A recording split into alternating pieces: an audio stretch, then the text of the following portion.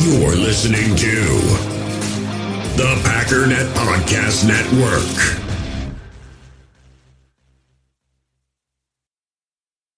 Hey there! Did you know Kroger always gives you savings and rewards on top of our lower-than-low prices? And when you download the Kroger app, you'll enjoy over $500 in savings every week with digital coupons. And don't forget fuel points to help you save up to $1 per gallon at the pump.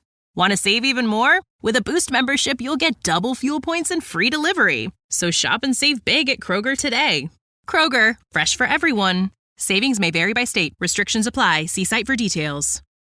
With threats to our nation waiting around every corner, adaptability is more important than ever. When conditions change without notice, quick strategic thinking is crucial. And with obstacles consistently impending, determination is essential in overcoming them. It's this willingness, decisiveness, and resilience that sets Marines apart. With our fighting spirit, we don't just fight battles, we win them. Marines are the constant our nation counts on to fight the unknown. And through adaptable problem solving, we do just that.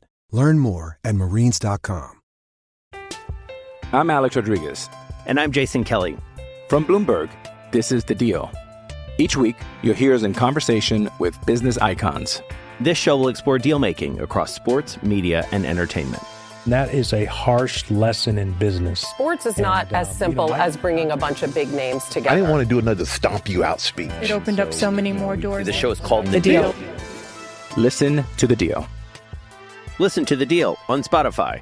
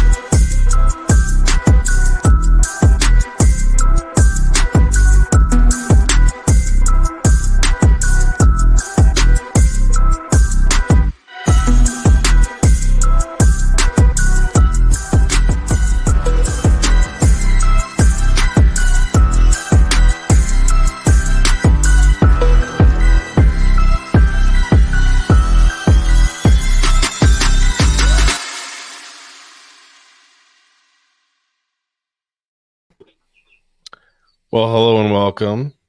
It's Packernet.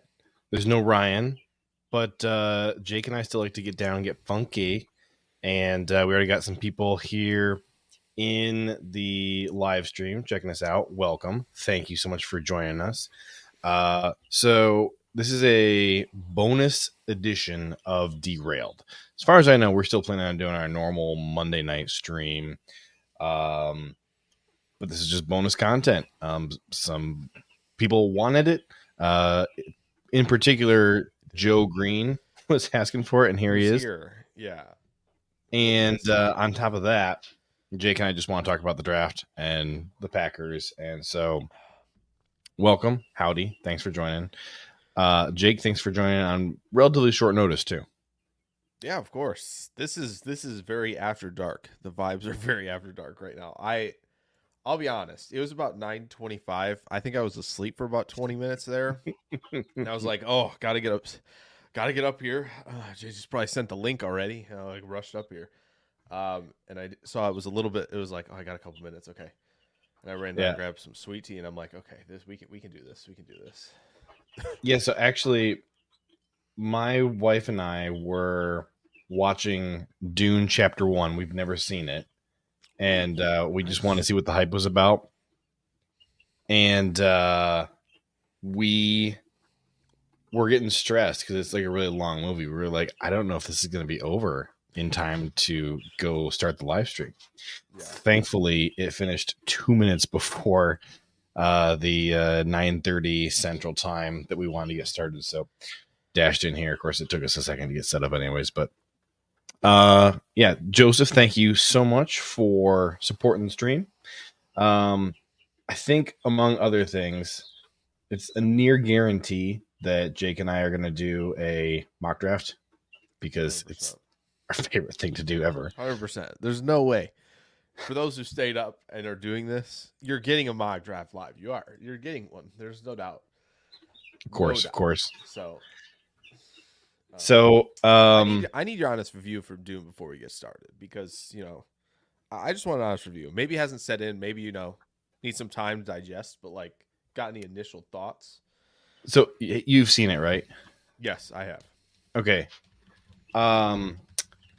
It was way too much exposition. I really wish that they could have found some more organic ways to deliver the train load of backstory and world building that they needed to tell us. It lagged so much when they were just telling us via narrator the entire way through what the whole world was about. So I think that there was, better ways that they could have done that.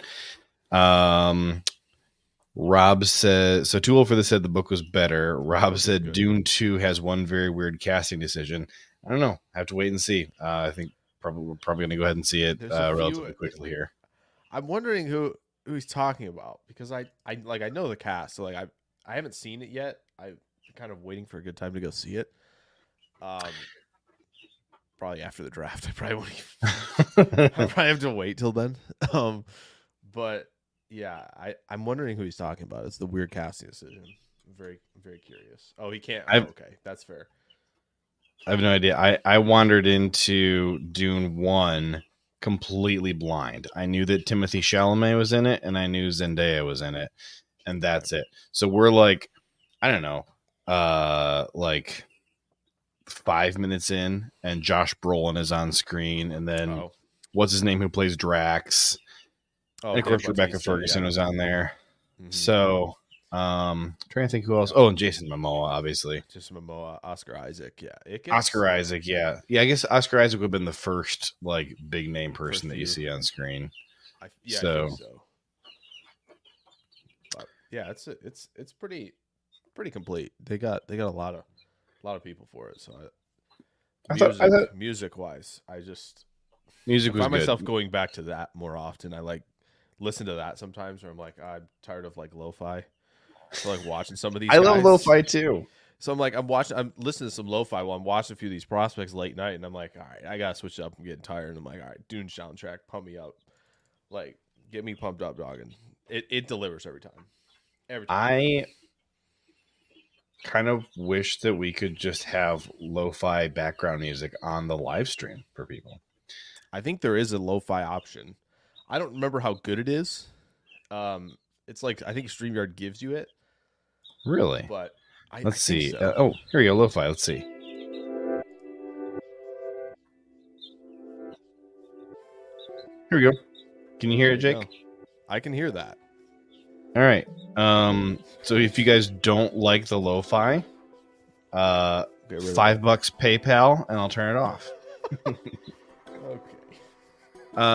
By the way, if you are wanting to support this live stream tonight that Jake and I are doing, it's going to be easier, less hassle if you donate to one of the things going across the bottom of the screen as opposed to a super chat, because the super chat goes to Ryan, so then we have to reach out to him and be like, yo, can you send us this much? So I think we should get started with this. Too old for this. What? It's got to be. I think I know who it is. It's I think I know. It's Jim Carrey. If he's on there, I didn't know that. I don't even know who's. If he's on there, I didn't know that. So if that's the truth, I have to suspect that Timothée Chalamet and Zendaya both make appearances in Dune 2. I believe so. Let's see. So allegedly they do. Yeah. So one thing, we did get a couple of little updates from Mr. Easton Butler, who does a fantastic job of tracking all the Packers' visits. Oh man, are there more visits? Yeah, so darn it. Northwestern quarterback Ben Bryant attended the Packers' local pro day. Okay. They also said, I think last time we talked on here, we chatted about Gio Manu. I don't know how you say his last name. Manu, the guy from British Columbia. Yeah. Okay. So Jordan Schultz now is reporting that the Packers are hosting him on a 30 visit. Yeah. Which kind of makes me want to dive into his profile a bit. I have to find. It was someone tweeted today, and I forget who tweeted it. Oh, I'm gonna lose my mind. Someone tweeted and it was like he has like 13 visits in like 13 days or something. I believe it. He's ahead of the draft. He's definitely an athletic freak. I have here Dane Brugler's bio on him. Do you want me to read it? Yeah, really quick. It is 10 visits in 10 days. He visited with the Cowboys on the 4th, had a few days off, or maybe had the pro day. Was Giants Monday, Jets Tuesday, Patriots Wednesday, Browns Thursday, Bengals Friday, Colts today, Lions tomorrow, Green Bay on Monday, Kansas City Tuesday, and then Denver on Wednesday. That is a heck of a guy's going all over the place. At least like from the 11th through the 15th, he's like staying relatively in the Midwest, right? Cleveland, Cincinnati, Indy, Detroit, Green Bay. Not terrible, but like it's still a lot. That's the one crazy thing about the draft, right? You got these guys are flying all over the place. To me, with teams. one thing that's fun for him is that he's Canadian, and now he gets to just like go see like most of America, and like even if he has visited America, I mean he is still hitting all these cities in such a short period of time, several of which I haven't even gotten to go to yet. So regardless of what happens, I'm wondering what he's looking forward to most. Probably New York, but the Giants and Jets are in New Jersey, so it's like he going to New York. Is he hanging out there? Probably does, since they were doing some ayahuasca with a quarterback there. Allegedly, maybe, I don't know. Can't. Who can say? Maybe Tyron Smith came out. Said, "How's it hanging?" Meets him with the Jets brass. It's possible. So I did know. So Giovanni is like either his middle name or it's just a nickname, because his actual first name is Werner. Interesting. I did know that. I knew that from trying to look him up in Kentley Platt's RAS database. Okay. That because he has him listed as Werner Manu, and I'm like, there's no way that there's two guys with the same last name from the same school. Yeah. So okay. So Giovanni, Joseph's still not thrilled with the.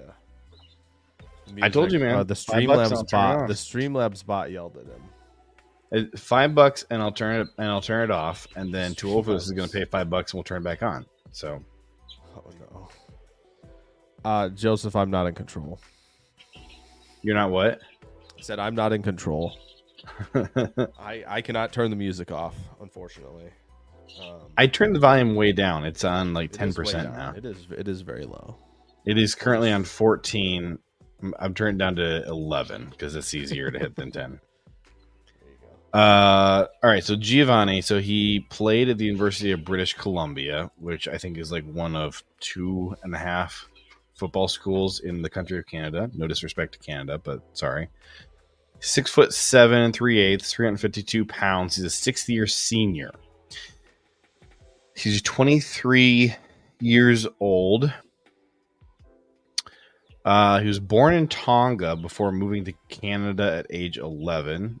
Was a natural at basketball, then started playing football when he attended Pitt Meadows Secondary in 2013. Between his freshman and sophomore years in high school, he grew 5 inches and put on almost 80 pounds. He continued to play basketball. I do love these multi-sport athletes.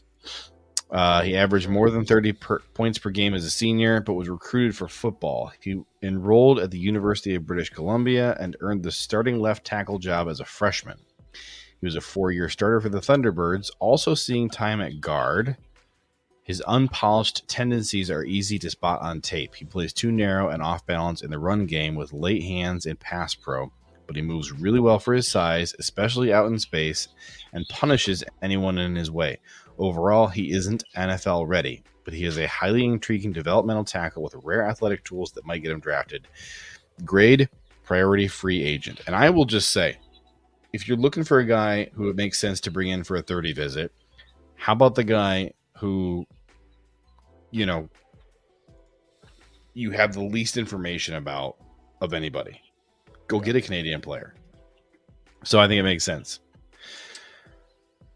I think the one thing is someone's gonna swing. Someone's gonna take him in the 7th. I think, just because of the precedence we have with someone like Jordan Mailata, right? Who Philly took late in the draft. Looks like 7th round in 2018, where it's just might as well don't let him get to undrafted free agency. Let's make sure we snag him, and I'm sure someone will do it.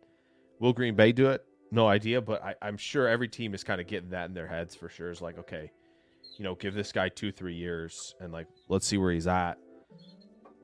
Why not? His nickname is Baby Shaq. There you go, dominant basketball player. If he's getting called that, he better have some numbers. He better have some numbers in basketball. Okay, we can't be averaging 9 and 7. No, he was averaging 30 points per game in basketball. Fine. We're good. Okay. Yeah, that's good. I think that's. Yeah. I back off the take that it was possible that they were just calling him Baby Shaq because of the size. Looking at some of his measurables. Let me see here. Yes, Smitty. We are talking about Giovanni Manu. Yep. So his RAS is 8.83. He ran a 5.03 40. His cone was bad, 8.29. Shuttle was 4.81, which I consider bad. It's not undraftable for the Packers, but I don't like a 4.81. Vert was good, 33.5. His broad was almost 9 feet. Okay. Just a tick under 9 feet. I mean, that's, 23 on the bench. Do they got the arm length? No. They don't. No, I mean, he wasn't at the combine or anything. Yeah, I just figured, if they had a pro day, I feel like, you could do that. It's a Canadian pro day. I know, but they quiz you on your knowledge. Oh no, they'll be like, yeah, his arm length is this many centimeters, and people are like, I don't know what that means. Help me out. So they're like, we can't do it. Smitty says, in a previous discussion, I think I said the earliest I would go with him is the 6th. Smitty, if I've talked to you on a different platform, I'm not recognizing your name on here.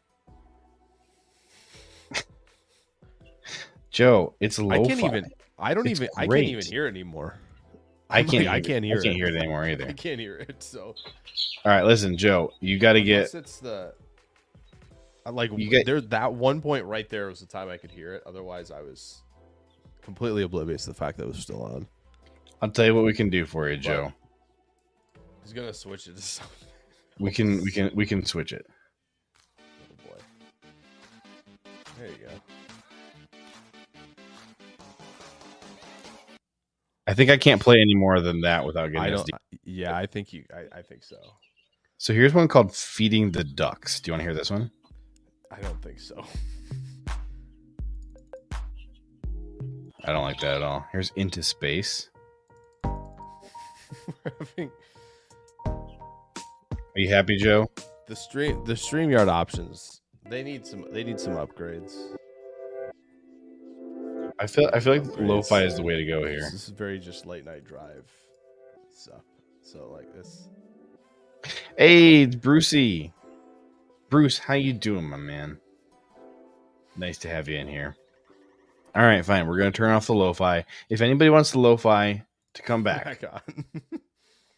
Post in the chat that you want the lo-fi back, and we'll turn it back on. That's how we rock here. 100% of people who have submitted an opinion about the music is Joe. So if anybody else has an opinion, weigh in.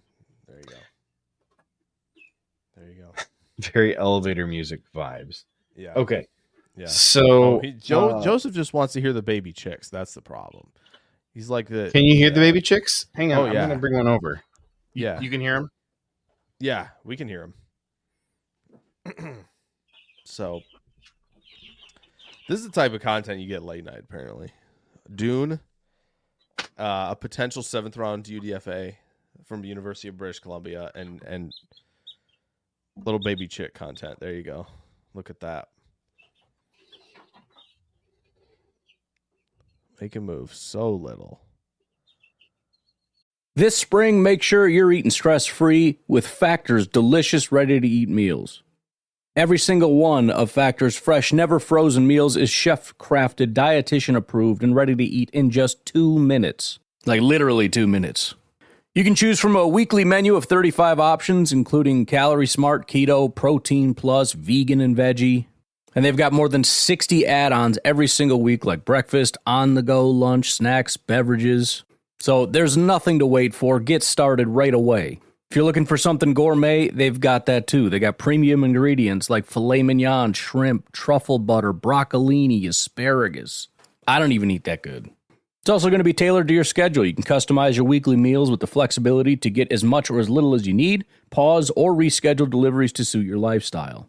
So head over to factormeals.com/PackDaddy50 to use code PackDaddy50 to get 50% off your first box plus 20% off your next box. That's code PackDaddy50 at Factor. We all have smartphones, and we all know they're pretty amazing, but they also can be amazingly distracting, especially when we're around other people. So US Cellular wants us to reset our relationship with our phones by putting down our phones for $5. That's right, a company that sells phones wants us to put down our phones. And to see what we find, learn more at uscellular.com/built-for-us. I'm Alex Rodriguez. And I'm Jason Kelly. From Bloomberg, this is The Deal. Each week, you'll hear us in conversation with business icons. This show will explore deal-making across sports, media, and entertainment. That is a harsh lesson in business. Sports is not as simple as bringing a bunch of big names together. I didn't want to do another stomp you out speech. It opened up so many more doors. The show is called The Deal. Listen to The Deal. Listen to The Deal on Spotify. Sits so nicely. Look at that. She was sleeping, so she's not going to be talking. Ooh, she's cold, too. Girlfriend, you got under the heat lamp. There we go. There's a few of them that are still awake. Can definitely tell. So, is that our rookie class? Oh man. All right. So Smitty says, "Why is it I see a fair amount of Packers mocks having Newbin going in the second?" Here's the thing with Newbin. People were obsessed with Newbin until the combine, and then his combine was horrific. And so now everybody's sheepish about Newbin. I just think it would be very uncharacteristic of the Packers unless they already believe that they knew like what the athleticism looked like, and they were like, "We've got our own metrics. We're not worried about this," which would be very uncharacteristic. They've kind of pretty much followed, close-ish to RAS, whatever their thing is. It just seems like he's kind of out of the picture. It would feel more likely that they would take Jaden Hicks than they would take Tyler Newbin at this point. I know people are still talking about Cole Bishop as a possibility, maybe from a great source. JJ, you know who it is? It's arm length for the young fella out of Utah.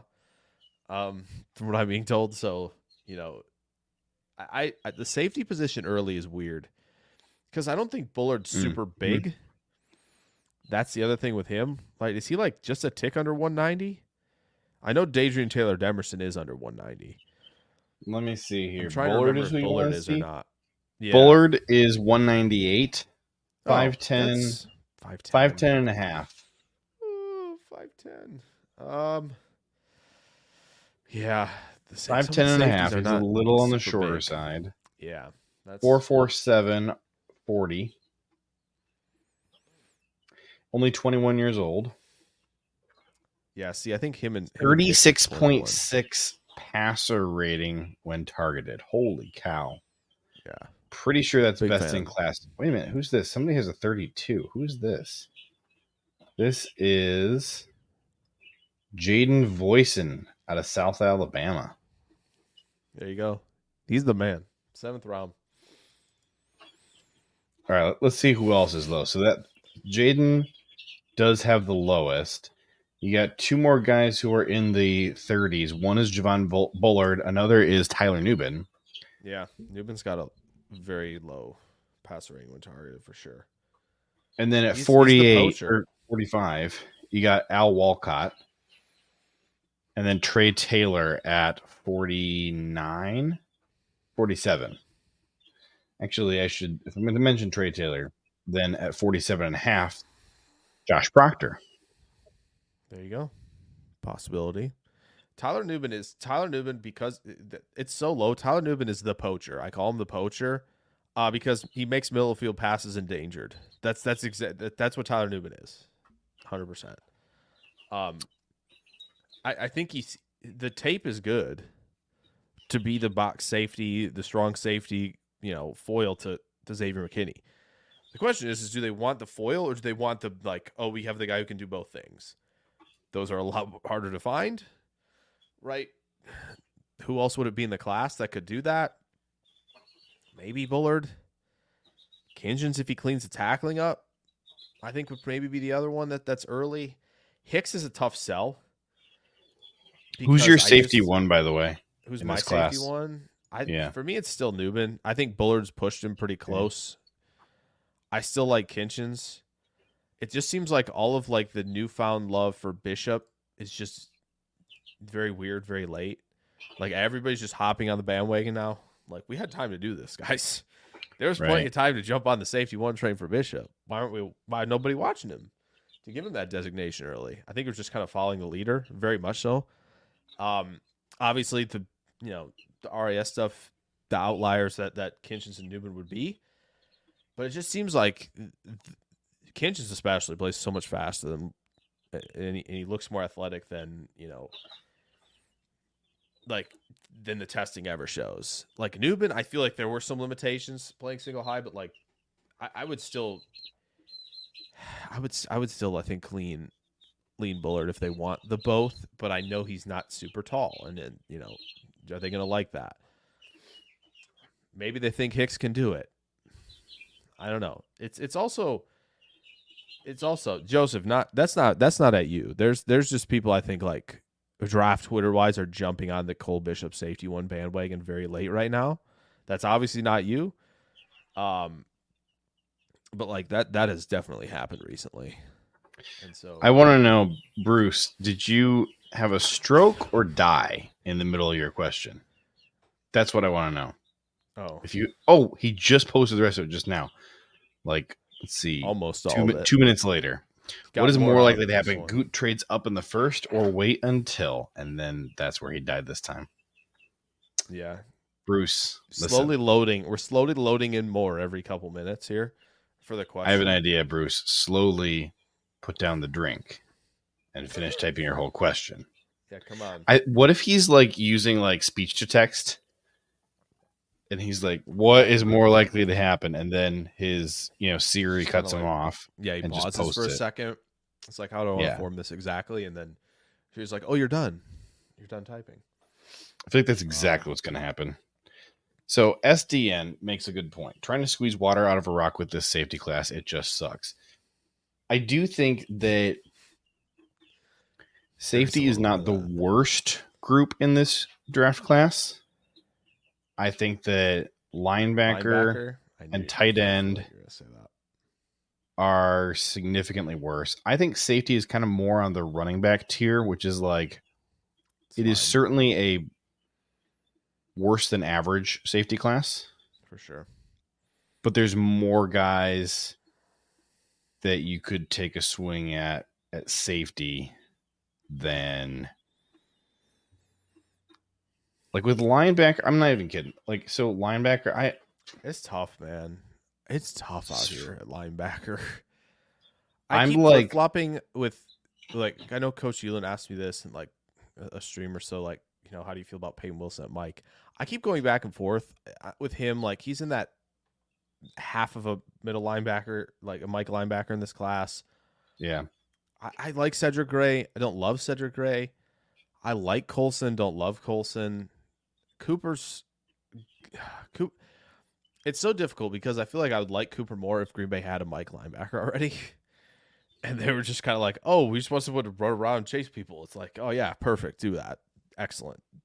Edgerrin Cooper, put him on the team. And it's just right now I'm kind of like, I don't want two Will backers. I'm concerned. I'm like this close to just locking in Junior Colson as my linebacker 1 and calling it a day. Yeah, I get that. Like, so Colson and Tommy Two Thumbs are both in my top 5.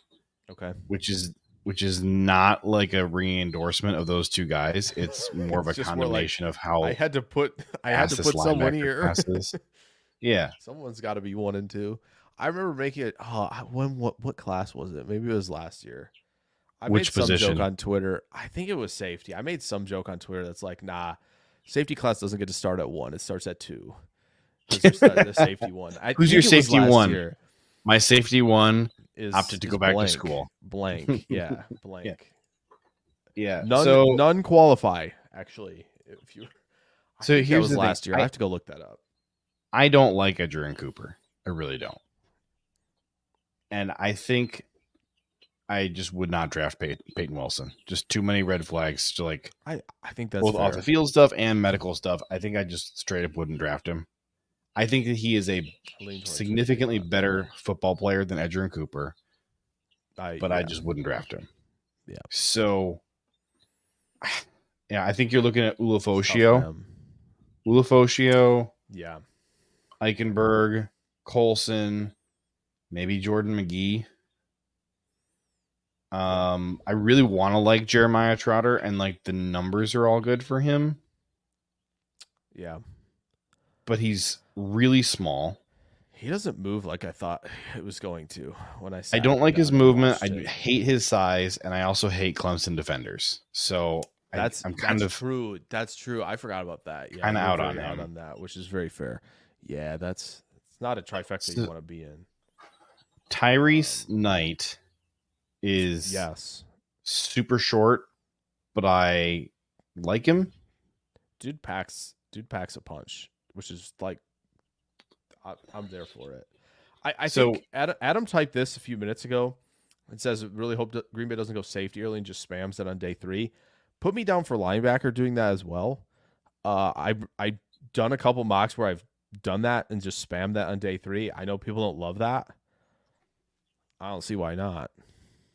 I mean, Adam, I just feel I'm getting take advantage of O-line early.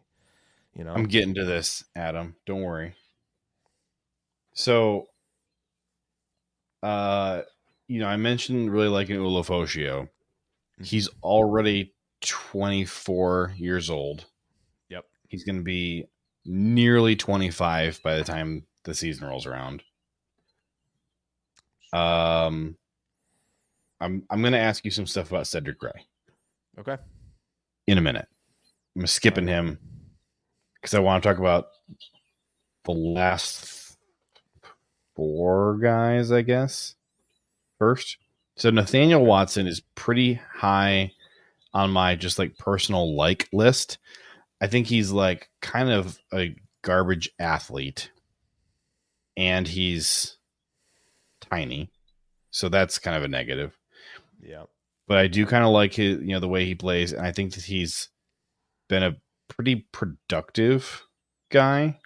So he's got 28 ball hawks over the last 3 years, averaging over 2 impact plays per game. I like both of those numbers.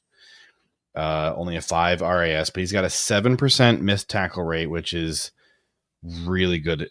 Other guys who are in the single digits. We like that. Besides Watson, the other guys who are in the single digits are Jackson Sermon out of Cal, Dallas Gant out of Toledo, and Peyton Wilson. Everybody else is at least in the double digits. What else with Watson? So let me see, is this Watson? I need to just pin my first column. Nope, that's down with Dallas Gant. Okay, Watson. Here we go. He's old. I don't like that. He's 23 years old. 86 passer rating when targeted. Not terrible for a linebacker.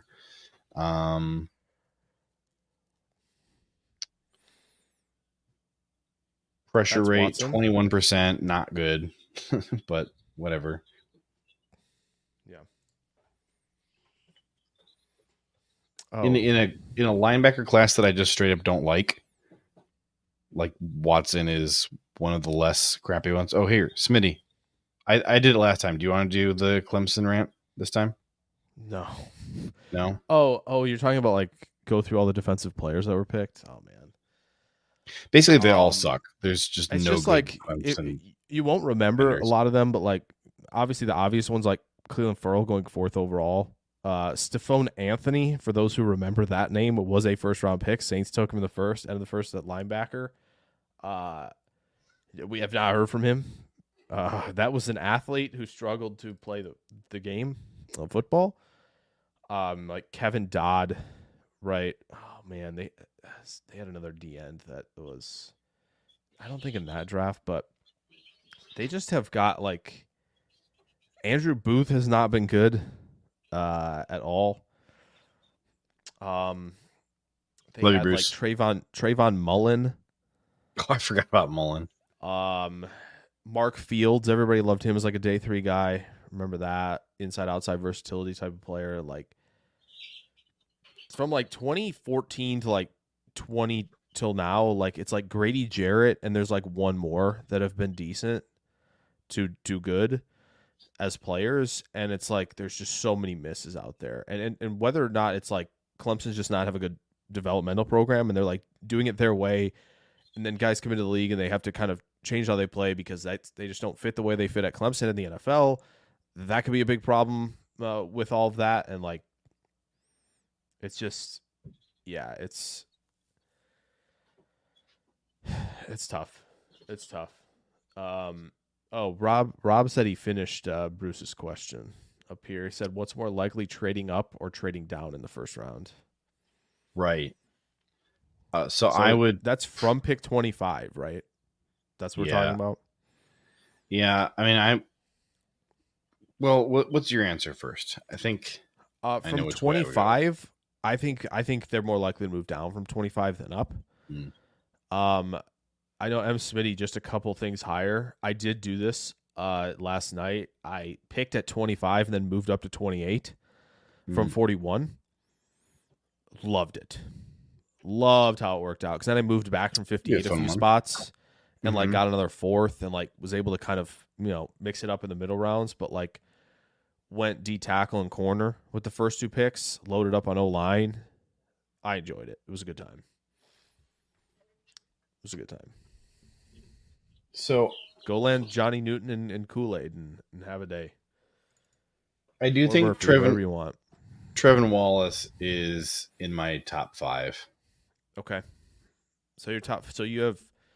So Colson, Eichenberg, and Wallace are 3 of them, right? Yeah, I think going to be in there, or McGee. McGee, you did say, right? I think McGee. Yeah. Okay, so that's 4. Then if it weren't for the age, it'd be okay. I think Ulafogio. All right, but let me see something here. Where's these other guys? For Gant.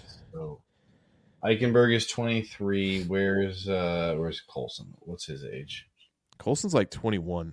Pretty sure. Yeah, he's super young. Wait, Can I show you something here? Okay, so you see this impact plays per game stat right here. Okay, So this is tackles for loss, forced fumbles, and sacks, right? Yep. Okay, so you see this guy's averaging like 2.5 or 2. Yeah. Look at Junior Colson. This is hilarious. Ready? 0.08. That you do not like to see that. Nope. You do not like to see that. But the thing with Michigan defenders, their counting stats are all terrible. It's just the way their culture is preached there in Michigan right now. It's a very like selfless, like just do your job. Yeah. And we can skip getting into the reasons why that would be a thing.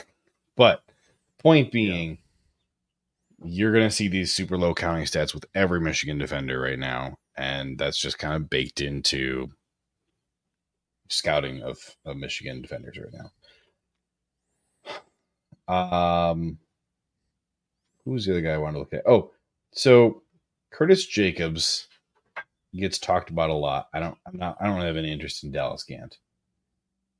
I like Lou Fowl. Curtis Jacobs, tough grades, good athlete. Yeah. Penn State defender to a T.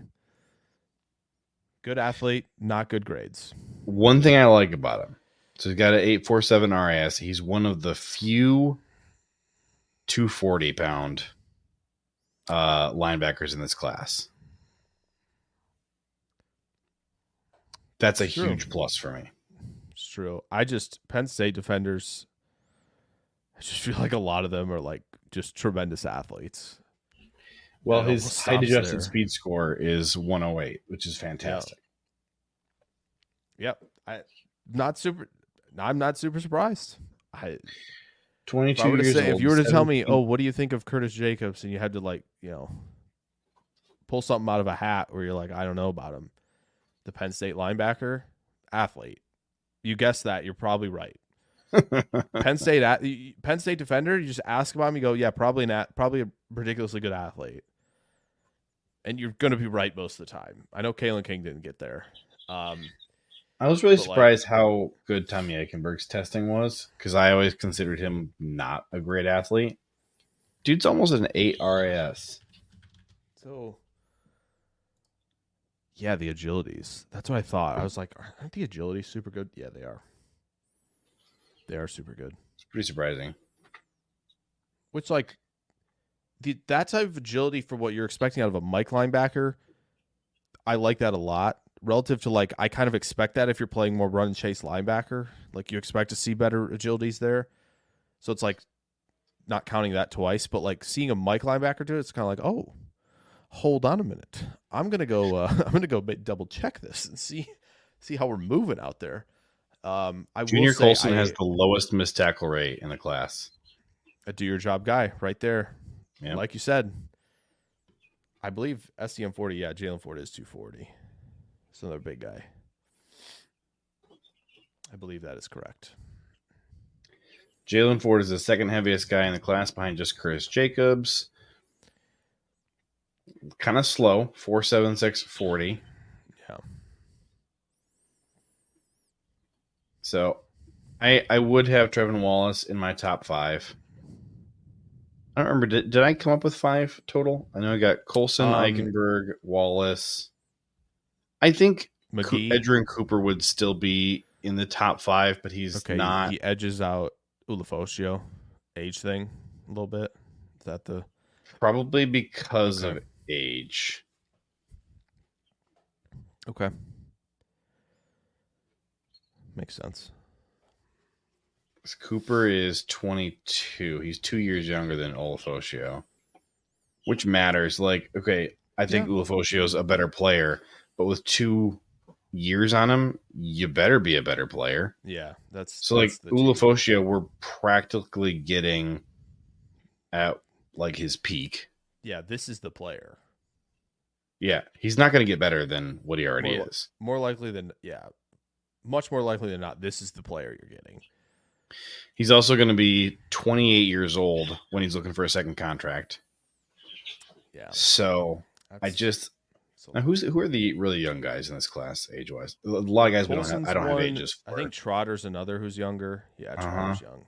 Trotter's 21. There's only 3 guys at 21 years old, and one of them is converting to linebacker from safety and trying to do that. So now worth noting, okay, I don't have Cedric Gray or Wallace or Lou Fowl or Hopper. Like, I don't have these guys' ages. I thought Gray. I think we talked about Gray one time, and I thought he was a junior. But so what we could do for fun, we can filter out all of our guys who don't meet the thresholds, right? And we can filter out the 2 old guys. And then we can look at who's left here. So Junior Colson is here. Let's just do this for fun. Cooper, McGee, Gray, Wallace. How do we lose Eichenberg? Oh, was it the age? Because he was a little bit older. I think he's 23. Maybe. That's why we lost Eichenberg. Oh, okay. So it is interesting. I mean, this is an interesting list. It's Tyron Hopper visit on there as well. Not a big Hopper fan, but 27% missed tackles. That's definitely on film. 103 passer rating allowed when targeted. Played 10 games this year. Let's real quick. Let's see what. I think he scrapes really well the run, Phil. Got good closing speed. So Dean Brugler has him as linebacker 11 in the class. Yeah, that seems about right. Let's see. Overall, Hopper needs to be more consistent at the point of attack and as a finisher, but he is a fast-flowing athlete with the pursuit skills and blitzing talent to find a home in the NFL. Who cares about blitzing? He projects as a run and chase aggressive defense linebacker with the skill set for special teams, grade 5th round. I'm surprised. I'm kind of surprised linebacker 11 is a 5th round grade in this class. TBH. It's kind of because you think that should be lower. Yeah, kind of. There are some positions where Brugler is like way higher than me on some stuff. I think so. Here's his top 100 players. So real quick, he's got 4 linebackers in the top 100. Okay, that's way too many for me. 7 safeties, 7 running backs in the top 100, and only 3 centers. Yeah, those are the only 3 centers he has in the top 100. That's interesting. I would probably have 5. I think I'm so going to have 5. He's got Braylon Allen as the 97th best player in the draft, 1 ahead of Audric Estime at 98. He's got Marshawn Lloyd, who's 40 years old, as the 91st player. It's a lot of running backs in the top 100. You got Blake Corum as running back 2, and Jalen Wright as running back 4. Which position did you say you wanted to look at? Center? So Graham Barton, Jackson Powers, Barton, JPJ, and they're all top 35. Frazier. Right. So he's got no centers in between 35 and 100. That's kind of wild because I think like Limmer and Van Pran have some like claim to that potentially. So that's interesting. I think Van Pran is fringe, yeah, for sure. I would think he'd at least be in the conversation. 17 wide receivers, and people cry about, oh, don't take a wide receiver. Dude, this wide receiver class is so good. I'm getting FOMO out here, okay? So that's all I'm saying. Here's what blows my mind, by the way. I feel like I see people asking to cut Christian Watson or Romeo Doubs like all the time. But I also see, don't take a wide receiver. We have too many. I don't want to get rid of Malik Heath. Yeah. Like, no hate against Malik Heath, but like, yeah, you'd pass up like Brian Thomas so that we can keep Malik Heath. I just don't understand. Yeah. No, that's fair. How high did he have Nealand? Because he has him as edge 5. And I'm like wondering, like, he's got him as number 32. Wow. Which is right around where I think he should go. I think he should be a late day 1 pick. Wow. The wide receivers who truly fit Green Bay types is kind of thin. Let's examine that.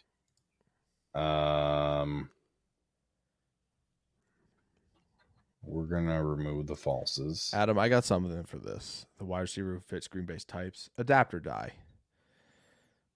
Don't live on the island, Goody. I don't know if I've fully dove in and made sure these are all set up correctly, but there are only 3 trues here, unless I have another filter that I'm not seeing. Julio trade for Rome. Let's go. Let's get after it. Because so three hits. I mean, it's been decent.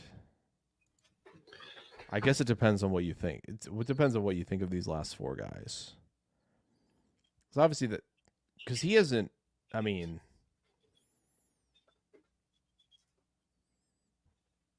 he picked MVS. Oh gosh, I'm losing my mind. Who picked MVS? Did MVS was a 2018 player. Okay, so that was Goody. Okay. Yeah. Yeah. It's fine.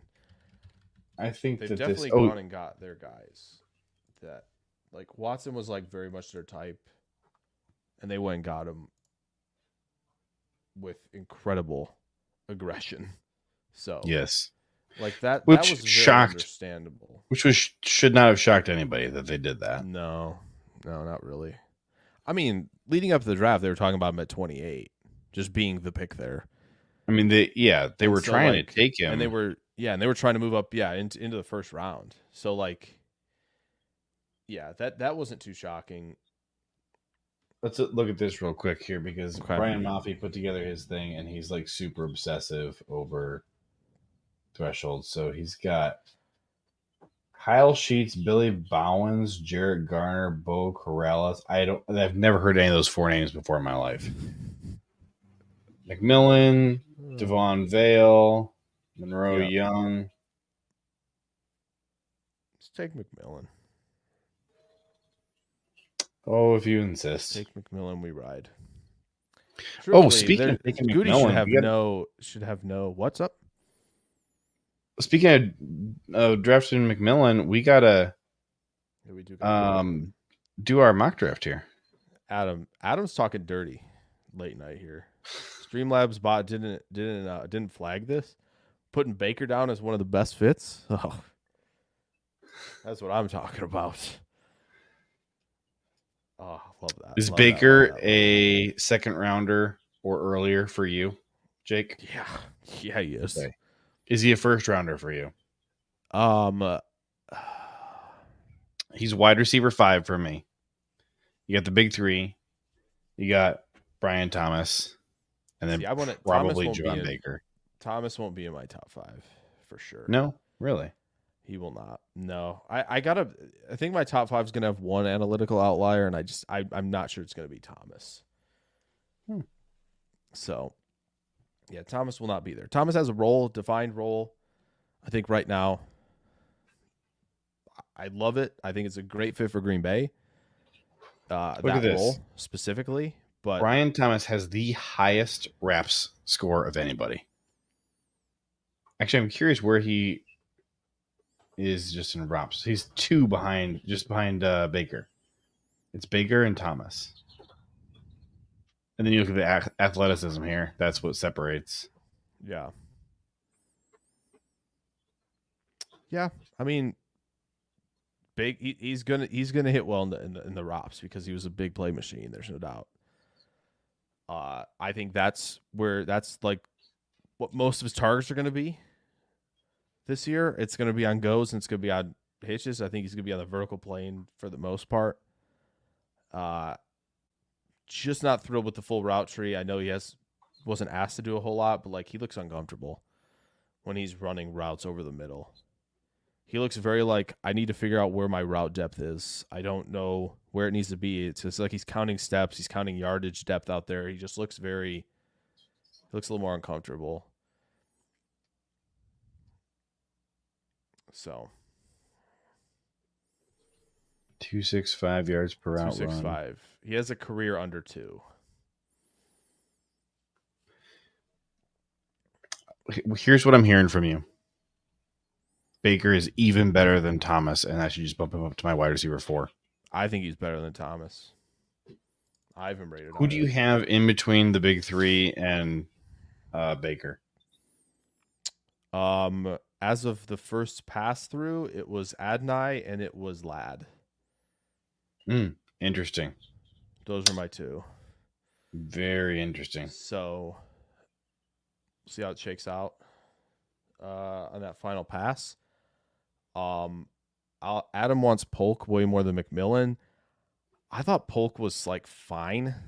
I thought I was going to like him more than I did watching him. I think he does a lot of great stuff at the catch point, and he's a great blocker. Yep. Yards per out run here for Adonai Mitchell. For him. Under 2. You got 184. Yep. Mm-hmm. He's the other guy. He's the other him.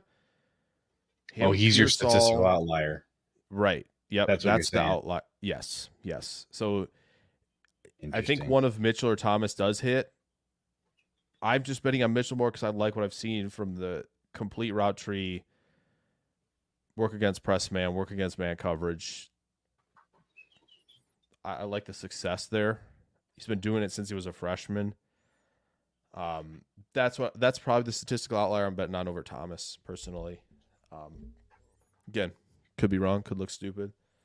I do think Mitchell has serious work with, like, because he plays the tempo game with a lot of his routes. He likes to slow play a lot of things to get open, which is nice, and that works against man coverage. But if you're not getting to your spots against zone coverage in time, that's a problem. That has to be fixed. He has to be more urgent with that. He has to be more. He has to recognize, like, okay, this is zone. I got to be more urgent. Versus, like, okay, I'm being manned up now. I can break out the moves to get open that I have so often done in college.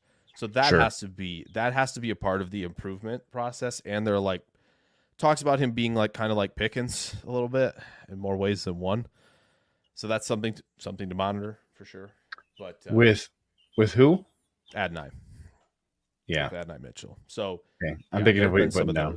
Yeah, so there have been some. I'm picking up what you're putting down, which is like, okay, worth noting. Maybe he drops a 6 for me, and Baker slides in the top 5.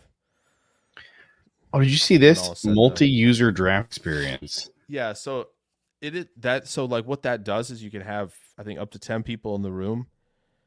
You can pick different teams, of course. We all cannot pick Green Bay, which kind of stinks. Yeah. So what do you want to do for our mock draft? Do you want to both do Green Bay like we normally do? Yeah, we can do them. We can do our usual on this lovely Saturday evening. So let's do this. Let's do a 6-round draft with trades, but Pro Football Network has crazy trades. Actually, maybe we should be doing PFF. Here's what I was going to say. We do trades, but the trades have to follow a trade chart. We can't accept something crazy. PFF shouldn't give you anything too crazy. Actually, you have to make them up anyway, because PFF's not going to give you like I'll trade you my whole draft for this pick. Sure. Which is nice. So what is going on here? NFL draft. Mock draft simulator. There we go. Here we go. All right. Do you want to make trades and you're like thinking about it in the first round? You can always put the speed to slow and like be like, I can move up. Can we adjust the? We can adjust. You can adjust it mid mock. Yes, you can. Yep. Which I enjoy that. It's a good time. Sometimes it gets a little funky where you have to kind of toggle a little bit to get it going really fast again, but it eventually works that way. So, do we want to trade up from 25 before the draft and try and get up really high and grab like Joe Alt or somebody? You put position value high, right? Care about positional value more. I think you put that in the sliders. I did. To me, that means like Alt might go like 3, 4, 5. Like it could start. I think I should ramp this down a bit. Do like that. You don't have to, but oh wait, nope, wrong one.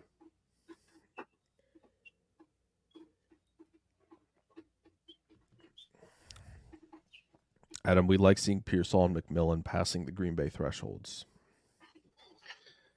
And Rome, of course. We like that too. So let's see here. Players that I would really want to trade up for if they were kind of in range would be Quinion Mitchell. Yep. 100% agree. Obviously, one of the big, Malik Neighbors is gone, so that doesn't matter. Yeah. Joe Alt is gone. I think the Chargers would love to take Alt there. But if they get a trade offer, they're probably going to move back. Dunze. Good. Take Turner. Oh, Tennessee. Mitchell to the Bears. Heartbreaker. Oh, we got to go get. Wait, what? Marvin Jared went versus 10? the Viking. Yeah, he was wide receiver 10th? 3. So this is interesting. Man, You're pairing up. You're pairing up Marvin Harrison and Garrett Wilson again with the Jets. That's not fair. The Jared league Verse. needs to step in. Brock Bowers is gone. Where's So Quinyon went. I don't use the PFF one very often. Where the heck are the available players? So you the problem is with this is you can't look at them when you're trading. So we just have to remember who might be available. So like Terry Arnold's available, I believe. Yeah. Every tackle not named alt is available. Let's talk about Terry Arnold. Okay. Give me your thoughts on him because it feels like he's one of the least talked about top corners in this draft. Yeah, I think Terry Arnold to me is there's so much talent right now. There's so much he puts on film right now, and there's still, I think, room for ascension. I think you see him play aggressive in the run game. He's not more. I think when you watch Kool-Aid, not to comparing the two when I'm talking about Arnold, but like Kool-Aid's more of like the McKinney type of tackler where he's more like arrive and kind of wrap up. He's not the most aggressive when he gets there. Arnold is aggressive and he form tackles. It's really, really good to see. It's run defense. It's click and close. It's all that stuff. He's great in the tackling portion of playing corner. The recovery athleticism, the ability in transition, like it looks silky smooth. He's maintaining speed. He just, the transitions look effortless. He's out there just kind of gliding a lot. I think the biggest knock on Arnold is probably that he opens the gate too early. He's not as patient as some others at corner.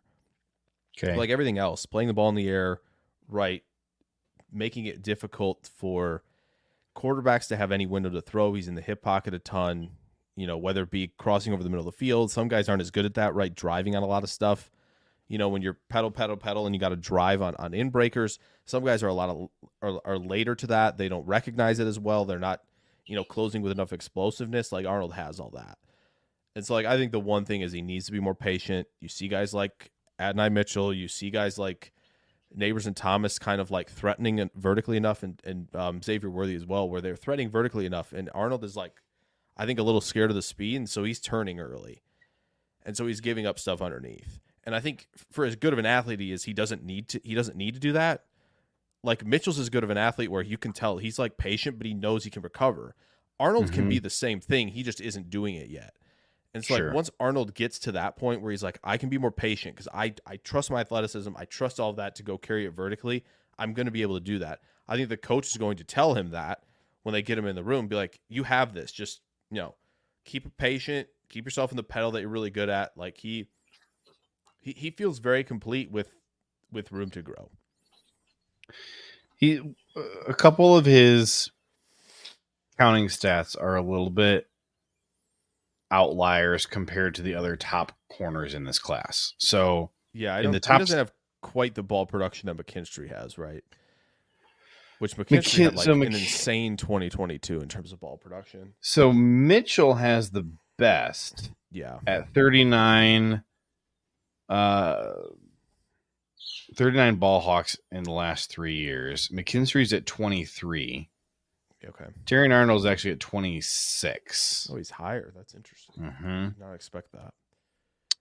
So Terry Arnold. So of the top 7 corners, and the reason I'm doing 7 is because there's like a pretty clear cutoff where the top 7 all have sub 50% completion rates. Are you throwing DeGene in there, right? In terms of the top 7, are you throwing him in there? Yeah, DeGene. Okay. I'm just using the consensus big board right now, so DeGene would be CB4 on that list. Okay. So in the top 7, 6 out of the 7 have sub 50. The one guy who's the outlier is Ennis Rakestraw at 64. I'm not a Rakestraw fan at all. Yeah, I'm not. To me, He's Rakestraw fine. is like He's a fine. if you can teach him to play inside, I guess I'd have some interest in that. He could be real good in there. Yeah. I don't really want him on the boundary in the NFL. He's so small and his college stats stunk. It's a good thing that Ryan is not on this live stream because he likes Rakestraw. I feel like this is the one player we have the hardest time seeing eye to eye on. Tim does too on PTA. Big fan. No, they've talked about Rakestraw a lot. I just don't love him. Well, yeah, I'm not like. I think I'm in between of you guys. I think for the most part on him, like I'd be okay with it. I'm the more indifferent side where I'm like I don't mind that selection. I think he'll play really tough, and like that's the mentality is something that some of these guys don't have that I think Rakestraw does have. Not that I think most of the top corners do have it, but I think when you're talking that second group a little bit, I think Rakestraw has it. I think Lassiter does too. But yeah, I think it's fine. I think it's fine. If you look at the top 7 corners, their completion rates are this: 44%, 54%, 44, 45, 46, 64, that's Rakestraw, and 38. So the one guy who was above 50, other than Rakestraw, was Terrion Arnold. Now, once you get past Kamari Lassiter at cornerback 7 with a 38% completion rate, you immediately jump to all the 50% guys. So you got TJ Tampa, 51. Yep. Max Melton, 55. Mike Sanderstill, 54. Kyrie Jackson, 50. Cam Hart, 54. Andrew Phillips, 69. Chris Abrams-Drain, 50. DJ James, 62, and on and on. You eventually do see one guy who's an outlier. Elijah Jones at 33% with an 18% passer rating. Yeah, I knew that was coming. Had a feeling. There's a lot to like about Elijah Jones. His age is not one of those. It's fair. Going to be 25 this year. Got benched the final 4 games of the season by the head coach. That's not good. 185 pounds. Those would be the negatives. Those 3 things would be the negatives. But a lot of his counting stats are nice. Missed tackle rate of just 10%. Passer rating when targeted of 18.1%, which I'm not even going to bother checking. I'm just going to basically guarantee that's either the best or second best in the entire class. Yeah, that's insane. It's an absurd number. Now, granted, he played at Boston College. Nobody really had to throw on Boston College. Right. And I do think that might be lower than Mitchell's. What's lower than Mitchell's? Elijah Jones's passer rating when targeted. It is lower than Mitchell's. Mitchell, which 51.1. Yeah, you'd think Mitchell's would be the lowest because he played in the MAC, right? Which, decent little. The MAC kind of like to sling the ball around a little bit this past couple of years, which part of it I think had to do with Toledo's quarterback, DeQuan Finn. That's you start running up the score, other teams have to throw as well. Yeah. Listen, it is getting late, and we got to do this mock draft. We do have to do the mock. So I'm trying to remember who we might even consider trading up for here. Now that Mitchell's gone and Joe Alt is gone. Yeah, I think you turn that thing up. I'd be fine trading up for like Arnold and guys like that. I'd rather do it at like 19, and I feel like Vegas is probably going to just pick him here anyway. Fashanu, Fuaga. So sad. So where are we on Fuaga? Because I actually think he's a guard. Yeah, everybody says that. Right tackle. I just think because to me he's a right tackle. I just think his outside hand against like cross chop and stuff like that, it looks concerning. I just don't think he has enough control out there to hold the outside arc from guys from winning on that path. That's the biggest concern for me. So you don't think he can be a serviceable right tackle? I think there's going to be a lot of times where he's going to get beat by advanced pass rushers on there who like just the hand usage guys. And I do think Adisa Isaac gave him problems with speed, which he didn't face a lot of at Oregon State in the time of the last 2 years. Like, I don't think there was a lot of guys where I'm like, oh, yeah, there was a lot of speed that he got to face there. I feel comfortable about him against speed. It was kind of like, oh, this is, Senior Bowl, best of the best. Here comes Adisa Isaac, like beating him around the arc a couple times. I'm like, oh, boy, this is – he has great feet for it. Like, he has – there are many things that make sense for him to be a right tackle. There's just a couple where I go, I'm a little hesitant. And, like, I think there are just guys that have better strike timing than him at right tackle in pass protection.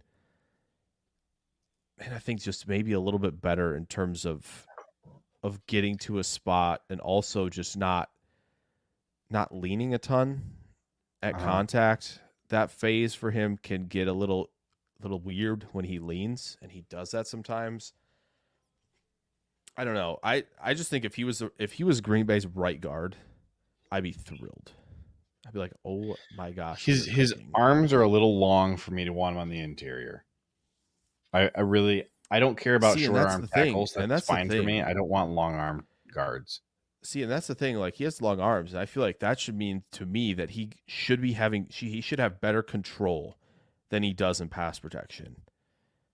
He should have better control with that outside hand, and I'm just a little concerned about it. Look, he's not going to be a Packer anyways because his run blocking grade is 91.5 and his pass blocking grade is 76.7. That's just not a Packer. They're not doing that. I'm telling you, he's a Charger if they trade down. He is. Might be. I would not like to see him in Chicago. I'll say that.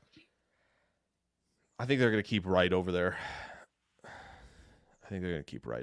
And I feel like Chicago, to me, like, was Fashanu like a Fashanu? Gosh darn it. I keep messing that up. Was Fashanu a top recruit? Too. Was Fashanu a top recruit? Like a big time recruit? I don't know. He came on my radar about 2 years ago, so he'd already been at Penn State for a while. I don't remember him during the recruiting. Because if he's a 3-star, okay. Because I was gonna say if he was a 5-star, like that's 100% in Ryan Poles' wheelhouse. They love the 5-star recruits. Which did you see Fashanu's? Actually, I think we talked about it in the group chat. His hand size. Yeah, we did talk about that. Tiny hands. Yeah. So here's the thing: if you look at like the Packers thresholds for hand size, okay, there's nobody in this class whose hand size we have that's like solidly outside of what they would do. Too small. There are two guys who are borderline, and that's Donovan Jennings and Fashanu. Nobody Donovan else Jennings is even one borderline. Of the first visits for Green Bay. I think at this like the Shrine Bowl. Is Fatanu still there? Yeah, Fatanu's still here. Interesting. You would trade it for Fashanu? I think this is a little further than I'd want to trade up. Let's see. So if we're trying I honestly cannot believe he's still there. Why are Barton and Guyton and all these guys going ahead of him? If this actually happened, like, I'd be on the phone. All right, let's see what it would take to move up. Oh, they won't just accept 25 for 19. Bummer. That's tough. That's a tough scene. All right, let's see. Would a third get it done? A third would. Would a fourth? Oh man. Fifth, flip a coin. What for this 169? Flip a coin for 126 is like 52%, right? 40%. 40%. 126 is yeah, 52. This is the coin flip. Like, flip the coin. Darn it. All right. It's all right, fine. I'm we'll more interested in honestly seeing like if you can get back up from 25. Oh, I couldn't click it fast enough. I wanted to trade with the Steelers. Dang it. Darn it. Byron Murphy. I would have traded for Byron Murphy. Murphy would have been interesting. I don't like that it doesn't show you live. Like I can't click on one of these. I It'll know. take us off the thing. I can have the big board up on the side here and see if there's like. Let me see here. Let me get to the big board. Have you ever experienced turbulence on a flight and wondered why? And you can see all the terrain around you. You've got no issue with visibility or anything? No, everything's PG. Maybe you've sat on the tarmac for hours wondering why your plane isn't moving. Well, we're outside here. They're saying the ramp is closed. They won't let us park because of Air Force One. Listen in on the conversations between pilots and air traffic controllers on the Air Traffic Out of Control podcast. 510 Whiskey declaring an emergency. There's smoke in the cabin. I need to make a landing right now on 31 left. We have the most interesting, wild, and funny ATC recordings you will ever hear. Check out Air Traffic Out of Control wherever you listen to your favorite podcasts. Because I think Big Board 2024. Okay. Oh, it's just. I can't believe how many people are watching this stream right now. Give me the slim board. Okay, cool. All right, Yeah, so Tanu, Murphy, Latu's still available for sure. Oh, but you wouldn't do it. Would you trade it for? Wait, so we would be happy with both Latu and DeJean, I think. Did Arnold go? Arnold went, right? I'm sure he did. Did he not? Ooh, I don't see him. So that's Seattle. Seattle took him. Okay. All so right. right now on the board, Latu, DeJean. I know Newton's still available for sure. Okay. Because here's the thing. Mims, is there anybody who's like way better who's falling than those guys? Because if there's maybe Newton, but like I don't think I'm in like dire need to move up here. Yeah, so I'm more interested in seeing if somebody I'm more interested in see if somebody wants to move. Ooh, that was tough. That's all right. One more pick and Dallas will probably take Mims. You called it. Nailed it. Wait a minute. We got to talk about Mims. So Mims and Bowers both didn't test. Yeah. They kept postponing and finally they're just not going to test. So to me, this drops Bowers a lot. I'm kind of just not that interested. But what about Mims? I mean, Mims. Do we have? I have numbers.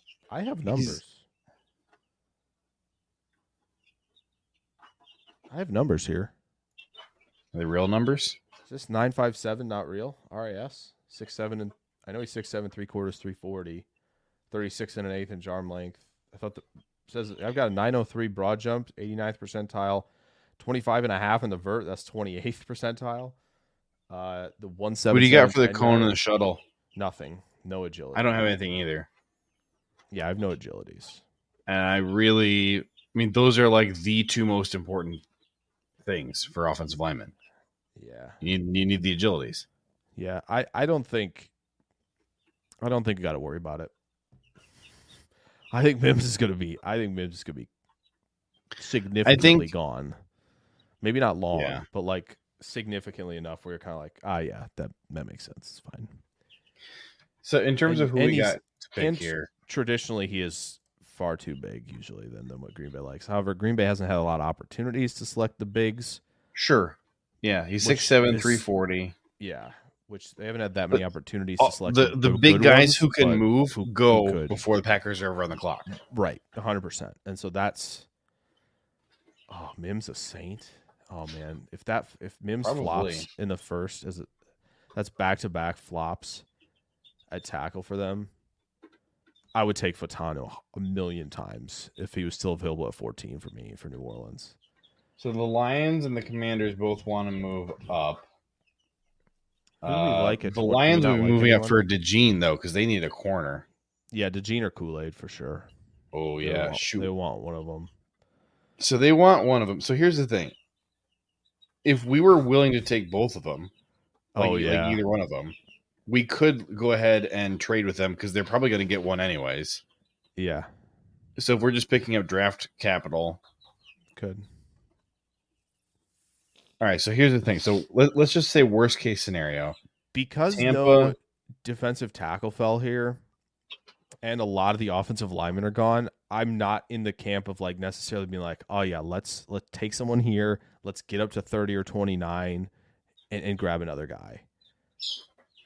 Like I'm okay with like just picking or trading down a few spots. Yeah. Now there's a chance you lose Kool-Aid and DeJean. Well, I just want to say, let's run through worst case scenario. So if we trade with the Lions back to 29, yep, and we had DeJean, Kool-Aid, Latu, JPJ. I think that's worst case scenario, right? Yeah, I think Latu will go 26. I think the Lions will take one of DeJean or McKinstry, and then you hope that Arizona doesn't take the other. Bills probably take JPJ or Adonai. Would be my guess. It's tough because I'm not interested in any of these guys at 29. Really, that's the concern. I feel like 41 is the point where I'm like, I don't love all this. I like moving back from 41 and moving up in the third. Like that's something I could see happening. I would be okay with taking Chop or Kingsley at 29. Okay. Would you be okay with taking either one of those guys at 29 if all of our top guys are gone? I'm okay with it. Why don't we trade back? I don't love it, but I'm okay with it. Because I think probably the Lions are getting one of these two corners anyways. They're probably getting DeJean or Kool-Aid. So yep. And I think then Tampa Bay will take either JPJ or Latu.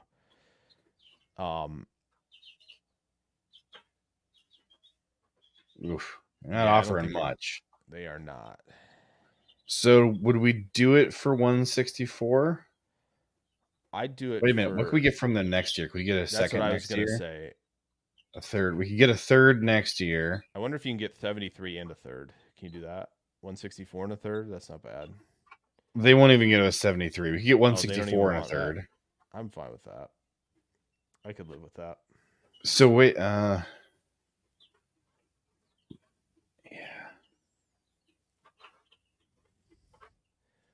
who else in this scenario? I think like DeJean and I feel like Latu. Gun to my head, I feel like Latu is probably off their board medically, which stinks. Wait, you said DeJean and Latu? No. I think DeJean or McKinstry becomes the pick here if they have to stay and pick someone. Yeah. Based on what has happened to this point with all the old linemen gone and like both D tackles are gone, no verse, like it feels like they're probably just going to take one of the DBs. I don't think they're going to take JPJ at 25. I'm not that big a fan. He's too old for this. This is Lab McConkey available. Take him. He's definitely available. Man, how do I get back to looking Vibes are very Olave. What's up? How do you get back where? How do you get back to looking at the draft again? Oh, draft a player next to trade. Oh, yeah. Yeah. Oh, wait. Let's see what PFF's analysis is here. Yeah. Oh, I forgot Jer'Zhan Newton. Yeah, if he didn't go to Miami, I'd be super in. Did they get him? They did. Yeah. Okay, so this actually does not update based on this. It does not, no. Which gotcha. Yeah, three of the five are off the board already, which is a tough. Yeah, I was gonna say Barton went super early. We can't do that. Toolfizz, we can't do that. All right, so we can get a third next year and 164. Like for me, I think I'd just take Kool-Aid here, but like I understand this move. If you want to, we could take Kool-Aid. Would you rather have Kool-Aid or Cooper? I would personally rather have Kool-Aid. I think that's probably a hot take. I think the DeJean fans will not like that. I just trust him more at outside corner in a middle field close scheme than DeJean. I just think he's such a patient, reliable player in coverage. Ton of ball production, good catch point timing, like route they're both 21 years old. I think the age would be the coin toss for me, like the deciding factor, but they're both 21. Yeah. So my vote would be to trade back. Your vote is Kool-Aid, but chat specifically says it's not worth it. So we're going to take Kool-Aid. He's talking about trading back, right? Yeah. Right. Yep. Okay. He says he's not. He said he's not in favor of the third and 164. So we're staying picking. Yeah, I think we pick here. I do think it seems like it's been good to move back from 41, come up in the third, if that's something that's like, interests this draft room at all. Look at that. Look at that. Latu and Chop. Chop. That's interesting. It's going to be man. JPJ or receiver there, I think. But I have an idea. Are you going to go up for... I'm going up for DeJean. The Lions just won't have any corners this year. I agree. I understand that, Adam, but like, who are you taking there? Cooper? To play outside corner?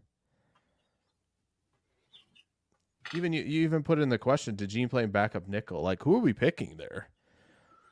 Jake, would you do this trade right here? 41 and 58 to get Cooper away from the Lions.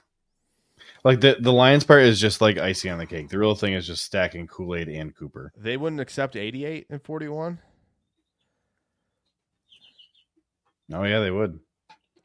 Which means 91. Yeah, man.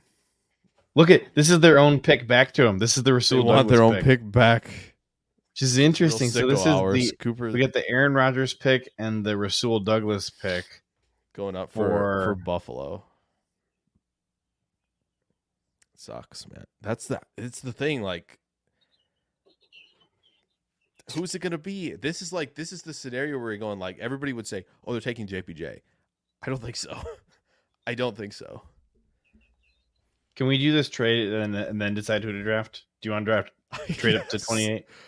Do you want to know like who's still there? Is that what you're like? No, we know who's there. It's everybody except for Latu and Chop. So yeah, Cooper is there. It's like it's DeJean is the highest, of course. It's like it'll be JPJ, it'll be Newman, it'll be Peyton Wilson, right? It'll be Adonai, I think. It'll be Zach Frazier, the young lad. Like it's basically between JPJ and DeJean right here. Yeah.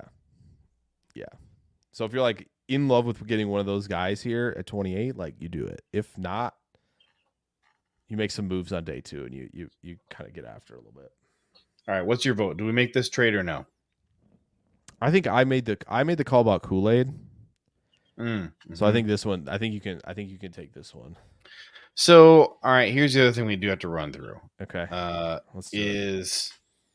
We are going to be a little bit thin on picks moving forward here. We're going to have 58 and 88, and then like 126 and 169. Like those 4 picks are kind of all we're going to have left to address the O-line, and I want to take a lot of swings there.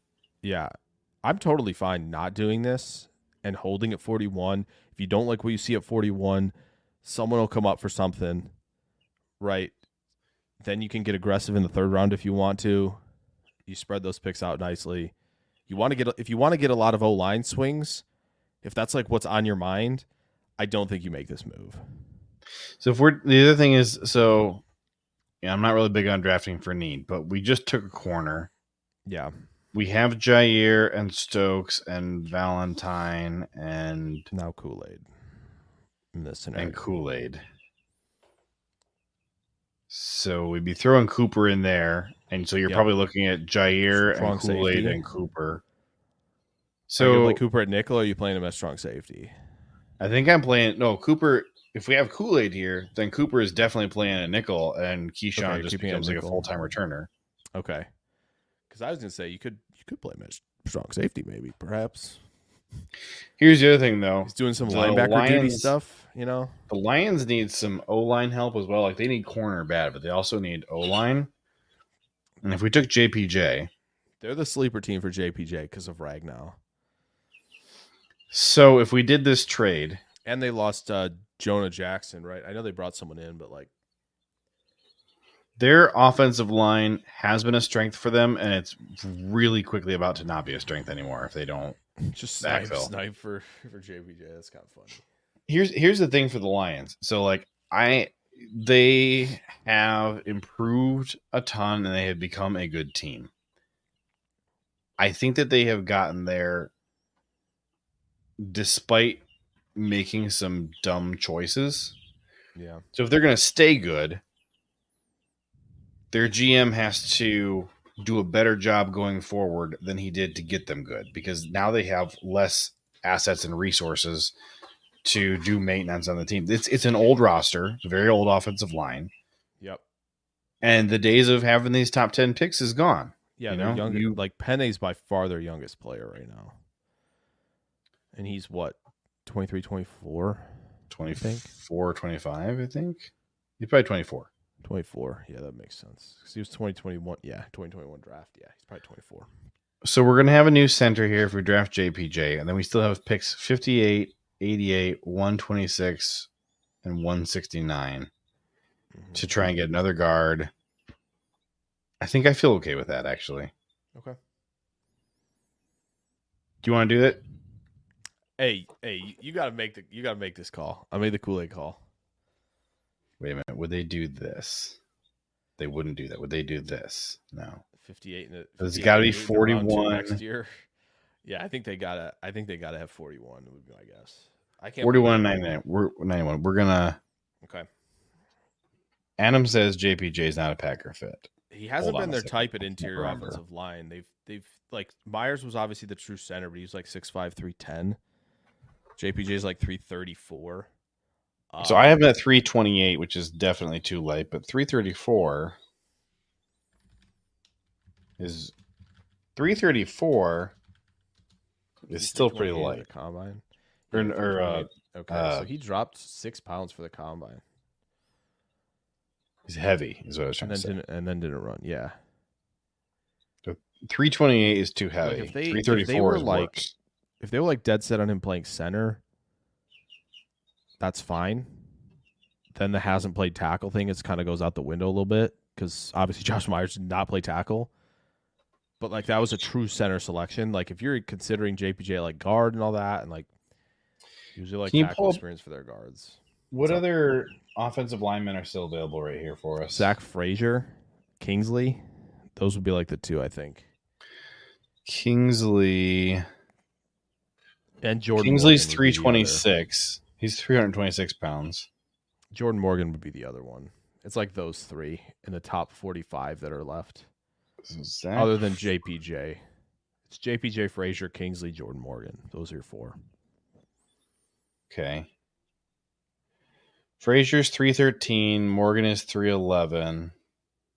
Blake Fisher is 310. Yeah, that's who Adam keeps talking about as the best fit there.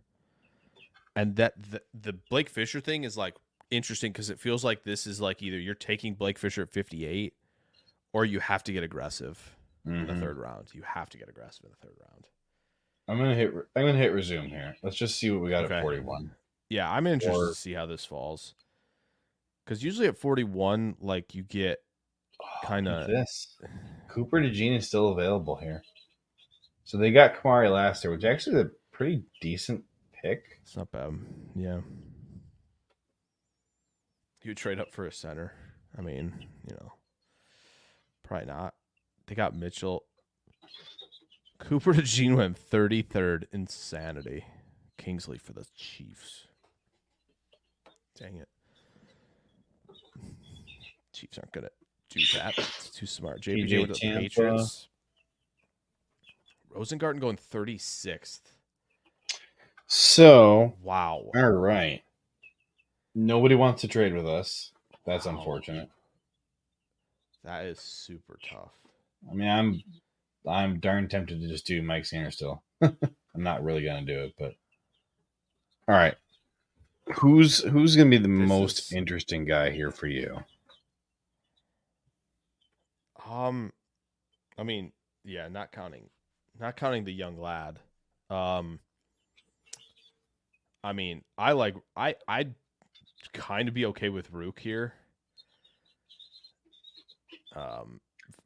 Frazier, obviously, if they want the center, like, I'm fine with that. Bullard, maybe. This is the issue with 41. It's like, and again, it won't happen. There'll be somebody there that we don't expect, most likely. Well, Mason McCormick. They'll probably pass on. But yeah, McCormick sometimes available at 88.91, sometimes not. McCormick ran a 4.45 shuttle. Yeah, meets every threshold we're looking at. He's a beast. I mean, the obvious knock is SDSU, but he's got a 90.6 pass blocking grade, 996 RAS. Adam, do not put that energy out there. He's 20. He's about to turn 24 in like a month. 1% pressure rate allowed. Played every snap at left guard. Yeah, that's the one thing. He doesn't have a lot of tackle experience. He's the older player. Dominic Pooney from Kansas is older as well. Did not know that. I don't have Pooney's age, but Pooney ran a 4.4. He's like shuttle. almost. He's like 24 and change. Did you see Bordellini's shuttle? I assume he was one of the ones under 4.47. Oh, he's way below 4.47. Oh, was he the one that was part of the mix up? Maybe he was. No, that was Mason McCormick. Mims was part of it, but there was another Mims. one. Okay. Well, yeah, it was Mason McCormick and Bordellini's Mims. Probably not going to be a Packer anyway. Bordellini ran a 4.28. Oh, What's wrong with Bordellini? Are you buying Mafi's poison about the arm length? I might be. Is that your only knock on him? That's allegedly the knock. Yeah.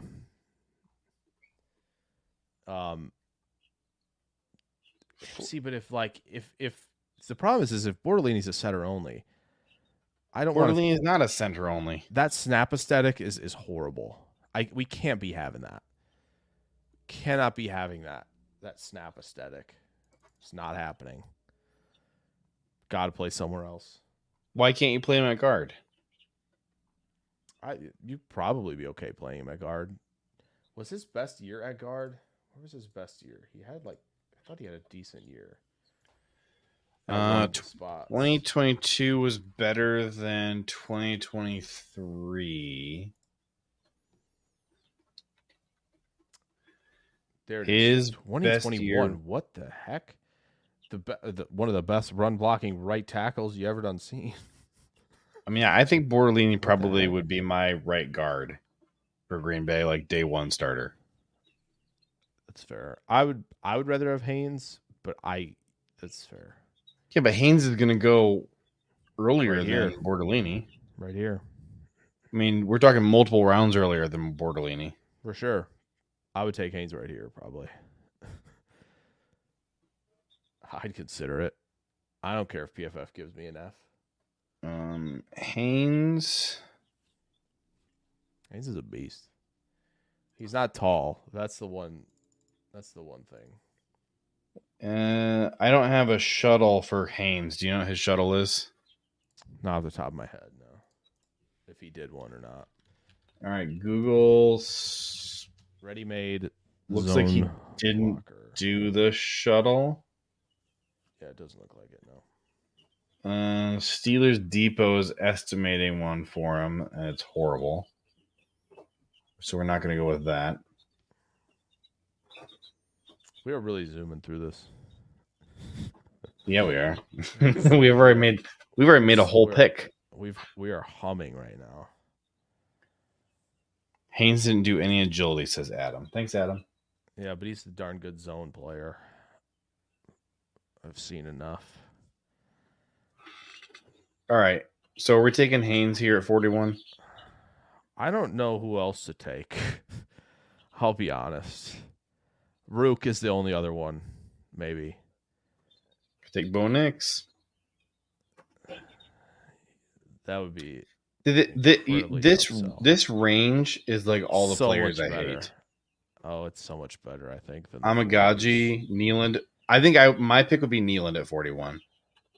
Okay. Of these guys, Haynes, Haynes or Nealand. This is interesting. Or we could swing at Junior Colson. You can probably get Haynes or Colson at 58.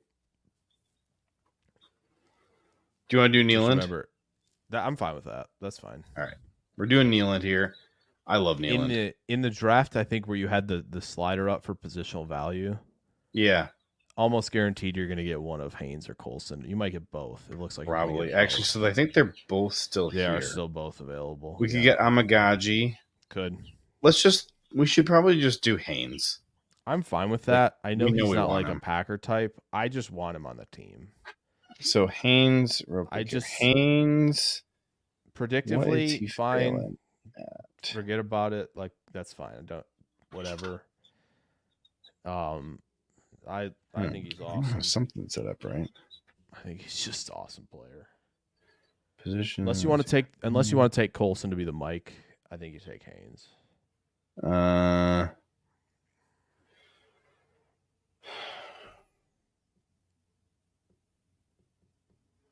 There's still other guards that I like, though.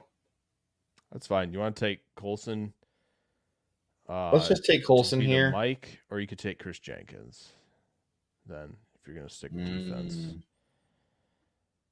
I don't think anybody above who's above Jenkins, other than I guess Amagaji is right. Amagaji. Yeah, that's probably the only guy. Well, Frazier, I guess, but would you rather have Frazier or Colson?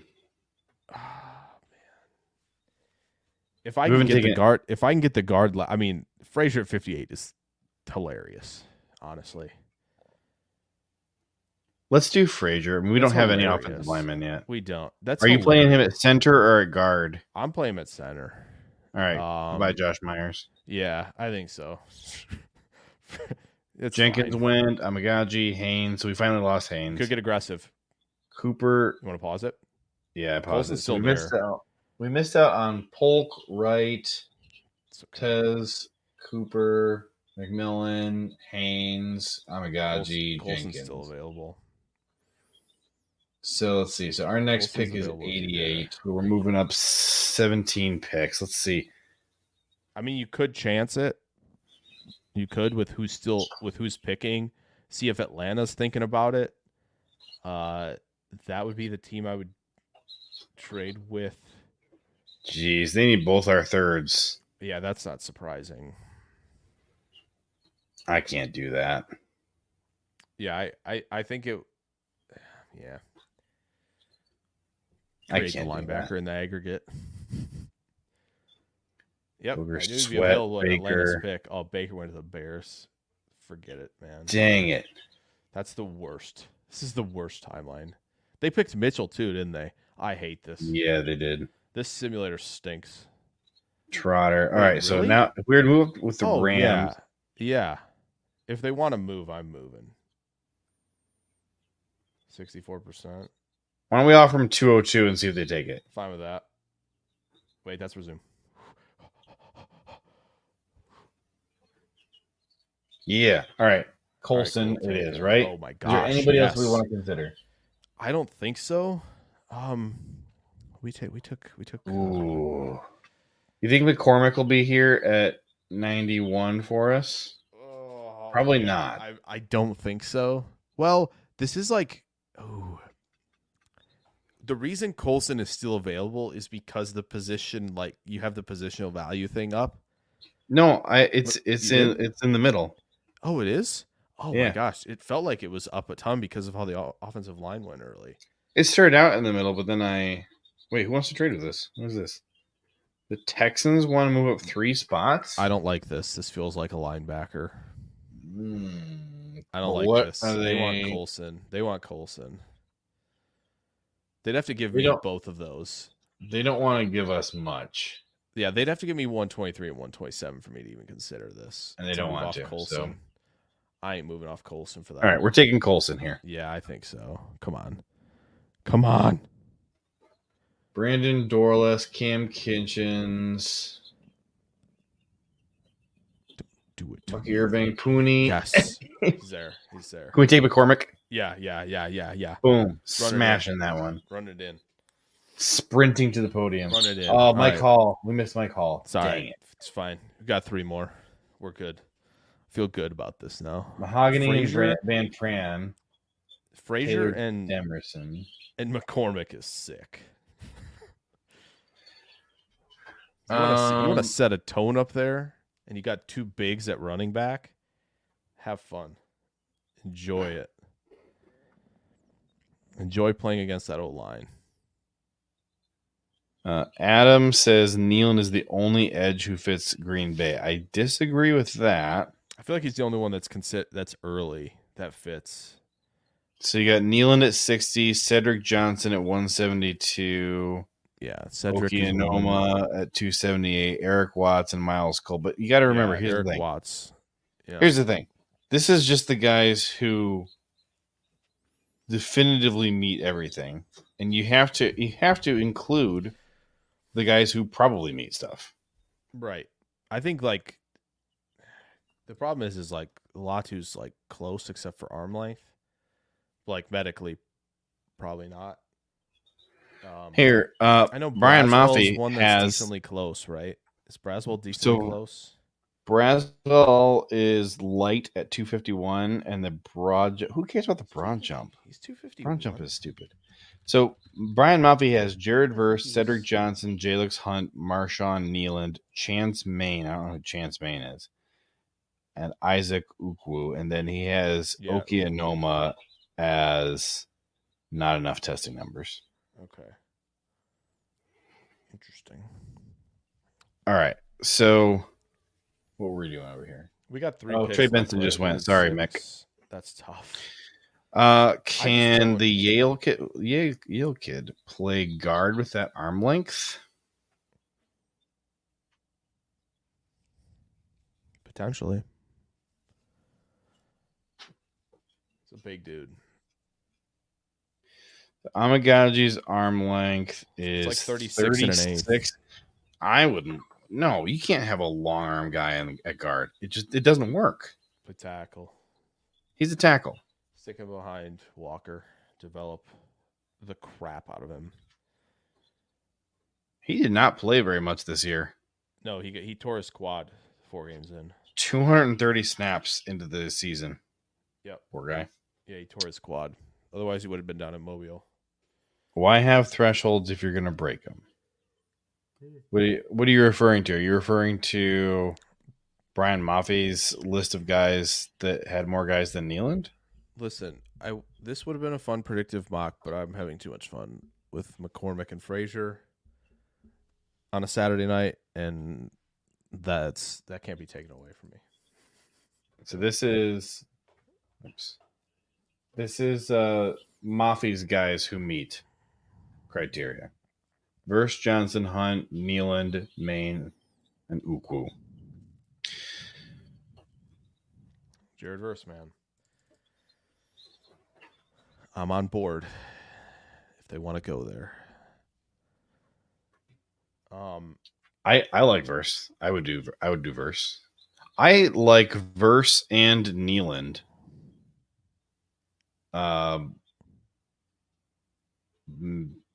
More than I like Dallas Turner, and I don't want to admit that out loud, but well, you just did. So we'll have that on a clip for you. I'm just kidding. And again, Latu is close. Yeah. And here's the thing, Adam. As far as the thresholds go, okay.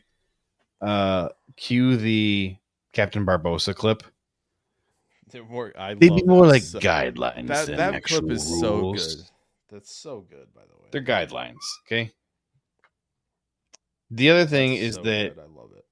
The other thing with the thresholds, okay, you're talking about a tiny, tiny sample size. All right. And then like every 2 years, we draft a guy and we're like, oh, I guess we got to update what all the thresholds are because apparently this guy, showed us that the threshold was different at that position. So point being, you can't be black and white about it because you're going to be wrong if you're black and white on it. I understand you're basing off of data back to 2005. It's still a very small number of guys at every position. I have all the picks in a spreadsheet. Goody seems to like to do it once a year for some reason.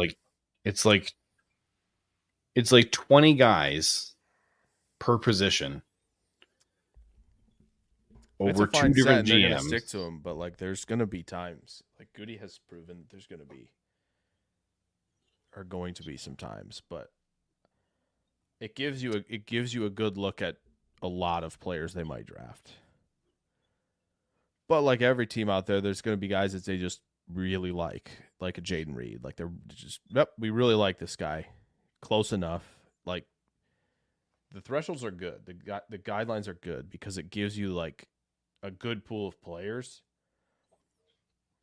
But then, Goody kind of takes over. I think we just let it ride. I'd love to. So I just want to see how these last three look. Last three what? I think we're only picking 6 rounds. I thought I saw you could only. Yeah. So I don't have any only interest 3 in picks doing left. these. Yeah, so there should be just 3 or 2 picks. And left it's way past my bedtime. Let's see, we got Spencer let's see Rattler, what we can get here. Tommy's gone. Michael Pratt is gone. Lufau's gone.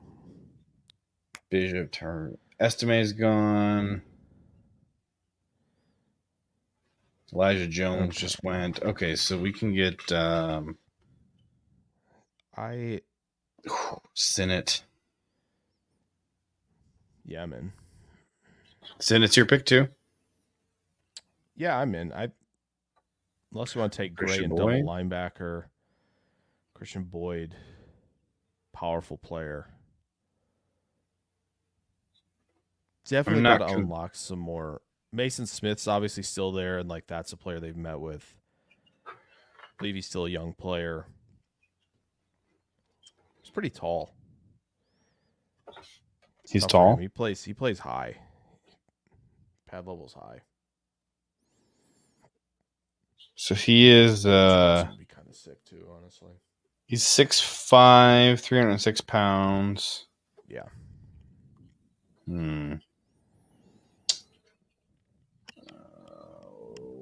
Where did you see Mason Smith? At like one. Here it is. 48. There he is. Yeah. Screw it. We're doing Mason Smith. If we taking D Here you line, go, Jeff Hapley. Give us a good defense finally. There we go. Okay. Is this going to be like Lauby or Tyrone Tracy? Probably. Well, I think Tracy probably already went. I think Tracy just went. There goes Cedric Gray. Yeah, Shipley. I saw. Sinnott's gone. There goes Christian Boyd is gone. Foster, there goes Braid. There goes Mustafa. There goes Sundell. Lauby's there gone. Goes Lauby, son of a gun. Who wants it? So Rams want to trade with us. Wait, check running back just to be sure first. Just want to see what they would give us. 65%. Not much. Insert Mark Murphy saying that. You put a 25 round 55%. How dare you? Rams are like, he's not going to give us anything. Screw that. Les needs like, hey, round 1. All right, so Drake Nugent. Saturdays. I feel like Tracy's not there. I don't like Miles Murphy. Do you want to get absolutely a little insane? Who are you taking? For fun? Yeah. For fun, right? We've taken D-line, we've taken edge, we've taken 2 offensive line, right? We haven't taken tackle experience in the offensive line. We took corner. We took linebacker. Would love to have like Jaheim Bell on this team. You could take Bortolini, of course. Jaheim Bell just is like a yak merchant at tight end.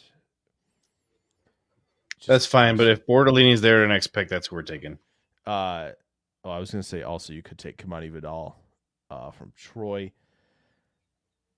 I'm good with that. The yak machine. Give him some touches in the short area. Let Jaden Reed run some more routes. Vidal just went.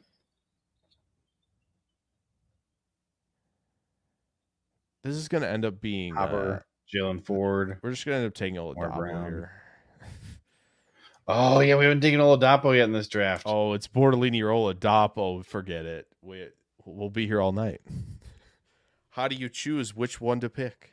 It's tough. Do we take safety 1 or do we take a 4-2-8 shuttle? My problem is that is Bortolini starting now? He's my He's okay. just depth, which right? which Because Frazier's playing center. We took Frazier, and we took McCormick.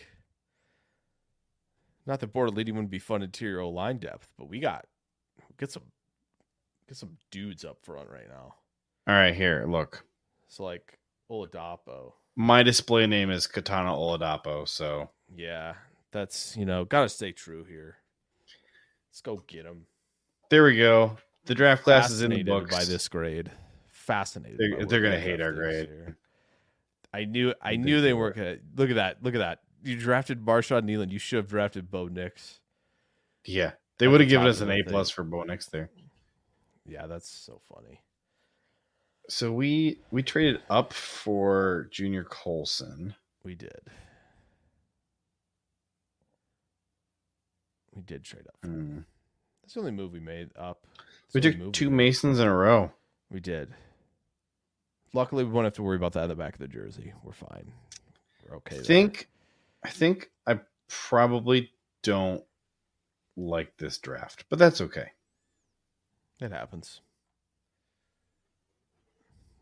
Win some, you lose some. This feels very like needs based. This is very much a needs based draft. This is not like best player available. This is needs based. I guess it depends. At 25, I think it is for me. Best player available. Mm-hmm. Trying to remember who's still there, but I think it. Cooper DeJean, JPJ, Latu. Those are the guys we passed up on. Okay, so Latu would have been best available. Yeah, but but you got the medicals, so Cooper Kool-Aid probably is higher. Yeah, I think I would have Kool-Aid above DeJean and JPJ. Yeah, I think that's probably about right, Adam. I don't know. Will Oladapo be in that like grouping of safeties everybody's talking about? It's like 1 through 7's tough, and they might just all start going in the third. Like, if Oladapo's part of that, yeah, for sure. So like the 7 would be, well, if Newman goes that late, so like Newman, Kinchins, Bullard. Oladapo is not going to fall out of the 3rd round. Book it. I would be surprised considering how good he's played at Oregon State, and how good he looked at the Senior Bowl. The teams got up front to watch him there too. Like, I'd be shocked. We are blissfully enjoying picking him at like 255 every time in mock drafts because it's just really fun on PFF. But like, yeah. So Dane Brugler has him as safety 11. Wow. Okay. He's so 23 and a half years old. He's got him as a 4th to 5th round pick. Okay. 4th. So I didn't realize he was a 6-year senior. Yep. Which is impressive for a so 23-year-old. There's so many of them, man. So let's see here. This will be the final thing we do here. I would love to know what his safety rankings are. Oh, yeah, I can read them to you. Okay, so that'd be great. Give me a guess who you think his top 3 safeties are. You don't have to get the order correct. Okay, top 3? Yep, top 3. Is he going to be on that train though? Is he indeed? I'm gonna say it's Newman, Bullard, Bishop. It is Newman, Bullard, and somebody else. Bishop is 4, and I'm gonna start reading some others. Mustafa is 6. Kinchins is 5. Taylor Demerson is 7. Demerson was my other one that I thought it was going to Bullock is 8. Bullock's 3. The heck is 3? I'm missing a name for sure. So you're missing his safety 1. I'm missing his safety 1? Yup. His safety 9 is Dominique Hampton. His safety 10 is Jalen Simpson. Yeah, Adam spoiled it, but yeah, that makes sense. Jaden Hicks. Yeah, it's Jaden Hicks. Jaden Hicks is a safety 1. That's right. He's gonna I think you just better prepare for him to be the pick at 41. Because 41 looks like a wasteland right now. Really Wait a minute, does. did you know his name is not actually Catan? Is it? It's a longer name, isn't it? It is. Yeah. His name is actually Olukitan Oladapo. That's right. It is. That's right. Yeah, that's right. He's got, his initials are OO. And actually, this says that it's pronounced Catan.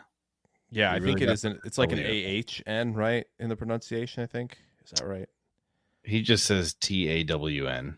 Oh, like a W. His parents' names are Funke and Akin.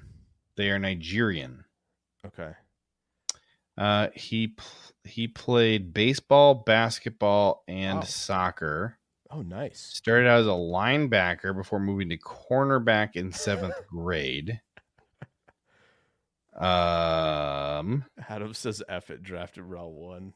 Love that. See, he's lived in Portland. He played wide receiver.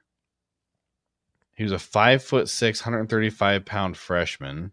My guy's just. Then he played soccer, running back, wide receiver, running back. Like, man, linebacker, running back. This guy can do everything. He had a growth spurt heading into his junior season and moved up to varsity as a cornerback and wide receiver. Second team All-State, first team All-Conference. Love it. All right, no-star recruit. Was not ranked by recruiting services. Was widely overlooked. Didn't receive a scholarship offer. He's still getting overlooked today. Oregon State offered him a preferred walk-on opportunity, and he accepted. During his redshirt year, he moved from cornerback to safety, a position he had not played before. Took advantage of the extra year of eligibility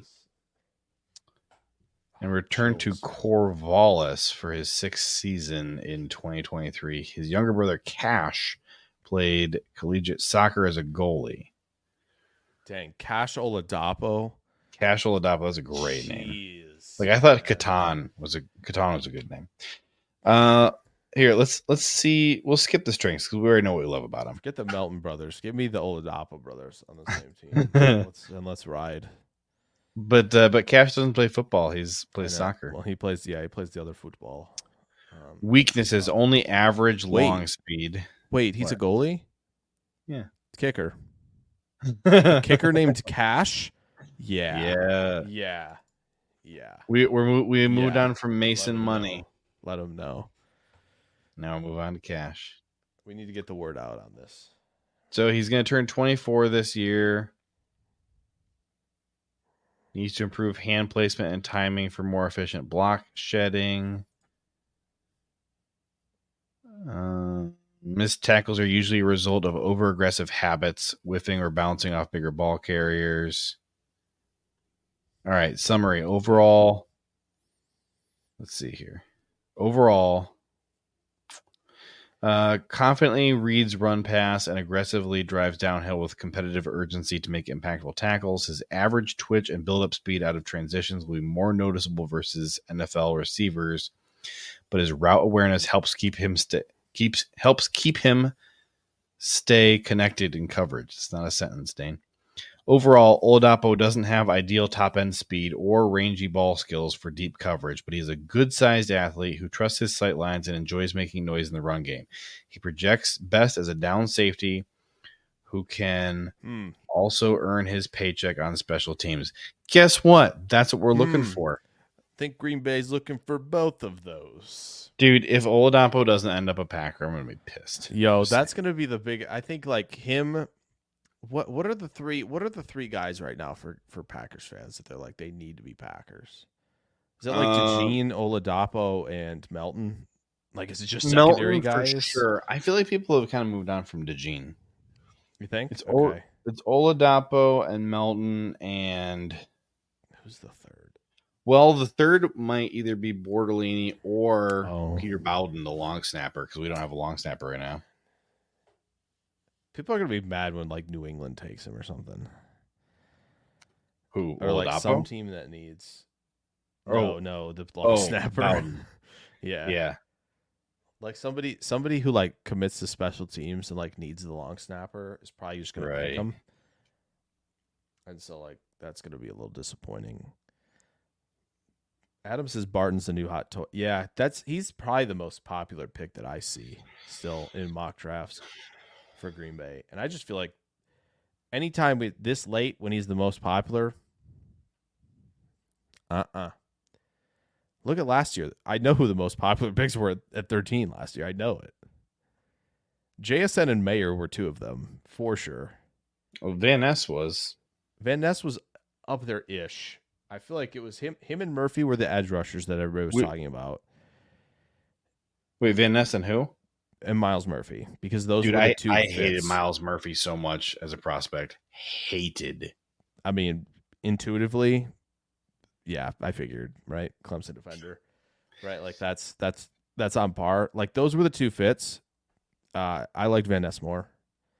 Broderick Jones was the other one, right? Yeah, he did not do very well. Broderick Jones was everybody's thought of, like, proactive at tackle. And then it was like JSN, Mayer, Kincaid,